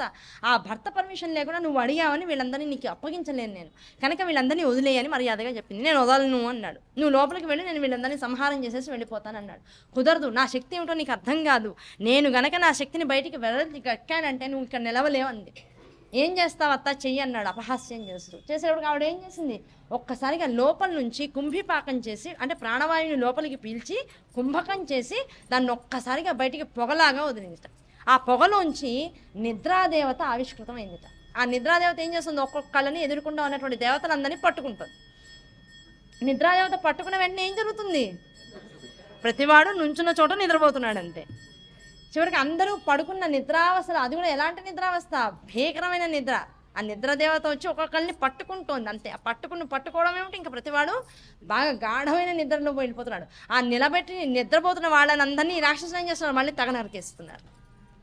ఇంకా అక్కడి నుంచి ఆ యుద్ధం మొదలైంది. ఇంకా ఇంద్రుడు చూశాడు ఈ నిద్రాదేవతని ఎదుర్కోవడానికి కావాల్సినటువంటి ఆయుధం ఈయన దగ్గర లేదు, అది పొగమంచు లాంటిది, అది ఆవహించడమే తప్ప దాన్ని చంపడానికి ఒక రూపం లేదు దానికి. దాంతో ఇంకా పరుగు లంకించుకుని ఎవరి దగ్గరికి వెళ్తే నేను రక్షింపబడతానో అర్థం కాల. వెళ్ళాడు శ్రీహరి దగ్గరికి వెళ్ళిపోయాడు, వైకుంఠానికి వెళ్ళిపోయి అయినా శ్రీహరి నువ్వే నాకు దిక్కన్నాడు. ఏం జరిగిందని అడుగు. భృగువు యొక్క పత్ని నిద్రాదేవతని ఆవాహనం చేసింది, అది వస్తోంది, నన్ను కూడా ఆవాహనం చేసిందంటే నాకు కూడా ఇంకా మరణం తప్పదు, నేను కూడా కొన్నాళ్ల పాటు ఆ నిద్రావస్థలోకి వెళ్ళిపోతాను, నువ్వే నన్ను రక్షించాలంది.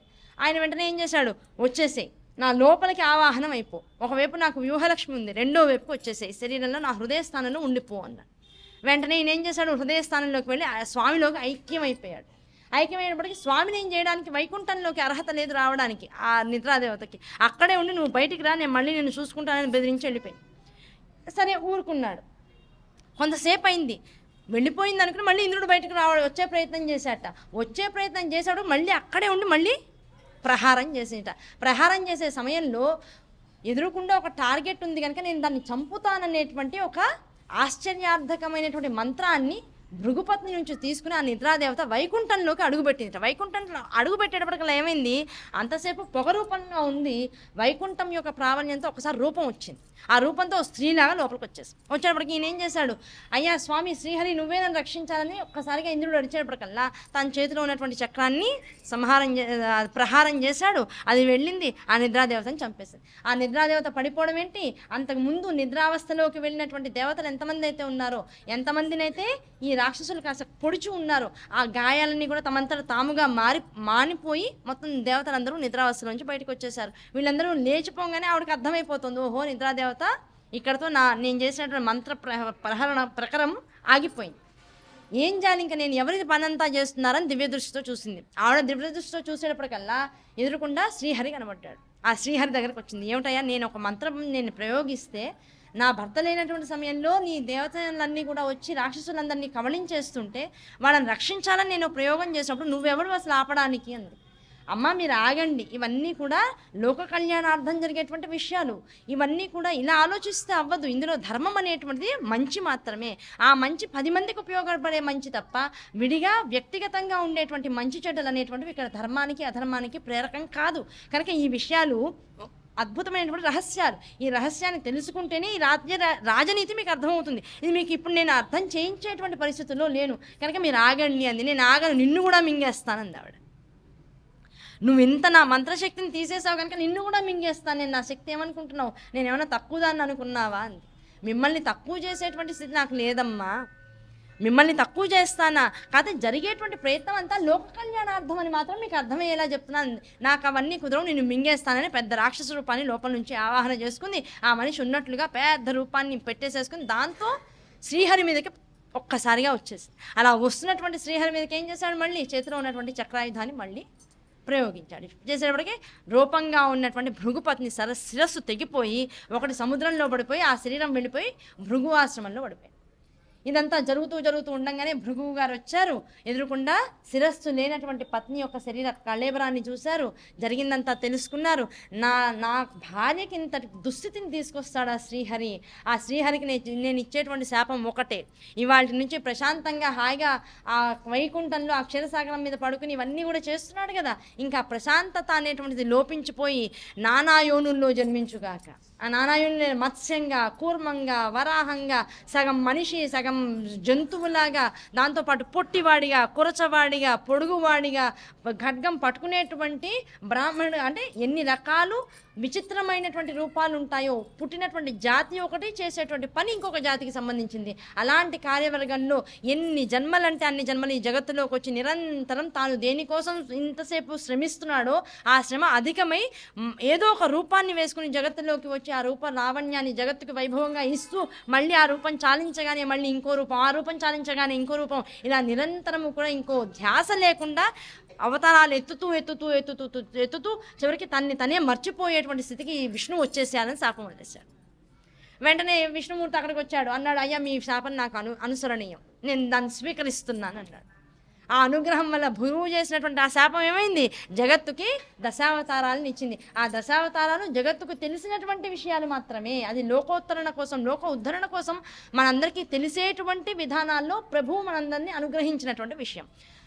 ఎవరికి తెలియనటువంటి రహస్యమైనటువంటి అవతారాలు ఎన్నో వేల అవతారాలు ఉన్నాయి. మనకి తెలియకుండానే ఒక ప్రళయాన్ని ఆపడం, మనకి తెలియకుండానే కదులుతున్నటువంటి భూమి కింద ఎక్కడ కదలిక ప్రారంభమైందో అక్కడ తాను కూడా ఒక మృత్తికా రూపంలో వెళ్ళి దానికి అడ్డుపడ్డం, ఇలా అనేక రహస్యమైనటువంటి అవతారాల యొక్క ప్రశస్తి చాలా పురాణాలు, ఉపపురాణాలు అని చెప్పబడేటువంటి 18 పురాణాల్లో అంతర్గత విషయాలుగా అతి రహస్యాలుగా కూర్చోబడి ఉన్నాయి. స్వామి ఎన్ని అవతారాల విశేషాలు చేశారు అనేటువంటిది. కనుక కనపడేటువంటి దశావతారాలు, కనపడనటువంటి అనేక ఇతర అవతారాలు ఏవైతే ఉన్నాయో ఇవన్నీ భృగువు శాపం ద్వారా శ్రీహరి స్వీకరించి దాని ద్వారా జగత్తునంతటిని కూడా ఆ రోజు నుంచి ఉద్ధరిస్తూ వచ్చారు. అటువంటి స్థితిని మనకు అనుగ్రహించారు. ఎప్పుడైతే భృగువు వచ్చాడో పాపం విగత జీవిగా పడిపోయినటువంటి భార్య ఎదుర్కొండా ఉంది. ఆ భార్యకి మళ్ళీ ఏం చేశాడు, తన మంత్రశక్తితో తలకాయని మంత్రి అంటించాడు, ఆవిడకి ప్రాణాన్ని తీసుకొచ్చాడు. తర్వాత ఏ శాపం అయితే నోట్లోంచి వచ్చిందో, ఏ శ్రీహరిని అయితే తాను ఇంత శాపాన్ని వరించేటట్లు చేశాడో పాపం ఇంకా దాంతో బాధపడ్డాడు, క్షమించమని అడిగాడు. ఆ భృగువు యొక్క అసలైనటువంటి స్థానం ఏది, శ్రీవత్స వక్షసం శ్రీసం శ్రీలోలం శ్రీకరగ్రహం శ్రీమంతం శ్రీనిధిం శ్రీఢ్యం శ్రీనివాసం భజామ్యహం అని శ్రీనివాస ఐశ్వర్య మహామంత్రం ఉంటుంది. ఆ ఐశ్వర్య మహామంత్రార్థంగా శ్రీవత్స వక్షసం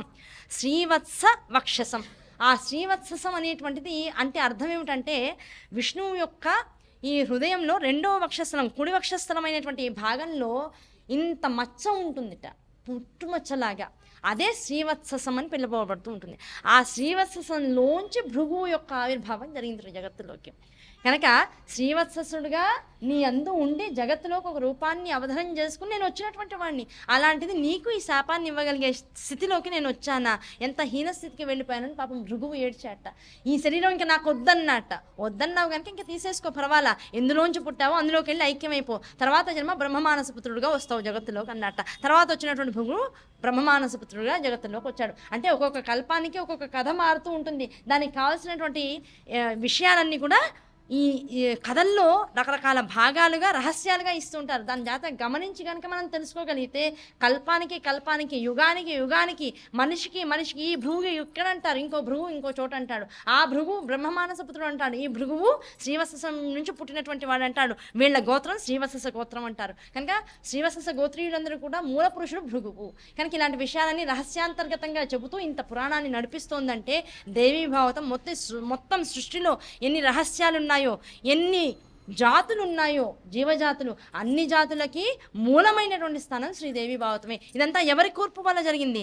శుక్రాచార్యుల వారికి మంత్రబలం కావాలన్నా, మంత్రం కోసం తపస్సు కోసం వెళ్ళాలన్న ఆలోచన ఆయన మనసులోకి రావాలన్నా, శివుడు మనస్సులో తానే శక్తి స్వరూపిణి అయి ఇంత కష్టతరమైనటువంటి తపస్సును చేయాలనేటువంటి సంకల్పాన్ని శుక్రాచార్యుల వారికి ఇవ్వాలన్నా, పాపం శుక్రాచార్యుల వారు అన్నాళ్ల పాటు ఆ తపస్సు చేయాలన్నా, జయంతి వెళ్ళి సహాయకారిగా మారాలన్నా, జయంతి తండ్రి ఇంద్రుడు ఆ ప్రేరకాన్ని కలిగి జయంతిని శుక్రాచార్యుల వారి దగ్గరికి పంపించాలన్న ఇంత ప్రణాళిక, ఇంత హేతుబద్ధంగా, ఇంత జాగ్రత్తగా ఎప్పుడు ఎక్కడ ఏది ఎలా జరగాలో, ఎప్పుడు జరగాలో, ఎంతవరకు జరగాలో, ఆ జరిగేటువంటి వాటికి ఎవరు ఎలా బద్ధులవ్వాలో, బంధనంలోకి చుట్టుకుపోవాలో, ఇవన్నీ యథాశక్తి చేస్తూ దీని ద్వారా ఇంత అనంతమైనటువంటి సృష్టి రచనని ఇంత టైం టేబుల్ ప్రకారంగా చేస్తూ ఏ టైంకి ఏది ఎక్కడ అనేటువంటి విషయాన్ని ఇంత జాగ్రత్తగా చేసినటువంటి ఆ జగజ్జనని దీని అంతటికీ కూడా మూల కారణం. అటువంటి జగజ్జననికి నమస్కరించుకుంటూ ఇంత రచన చేయగలిగే సామర్థ్యత ఎవరికన్నా ఉందా?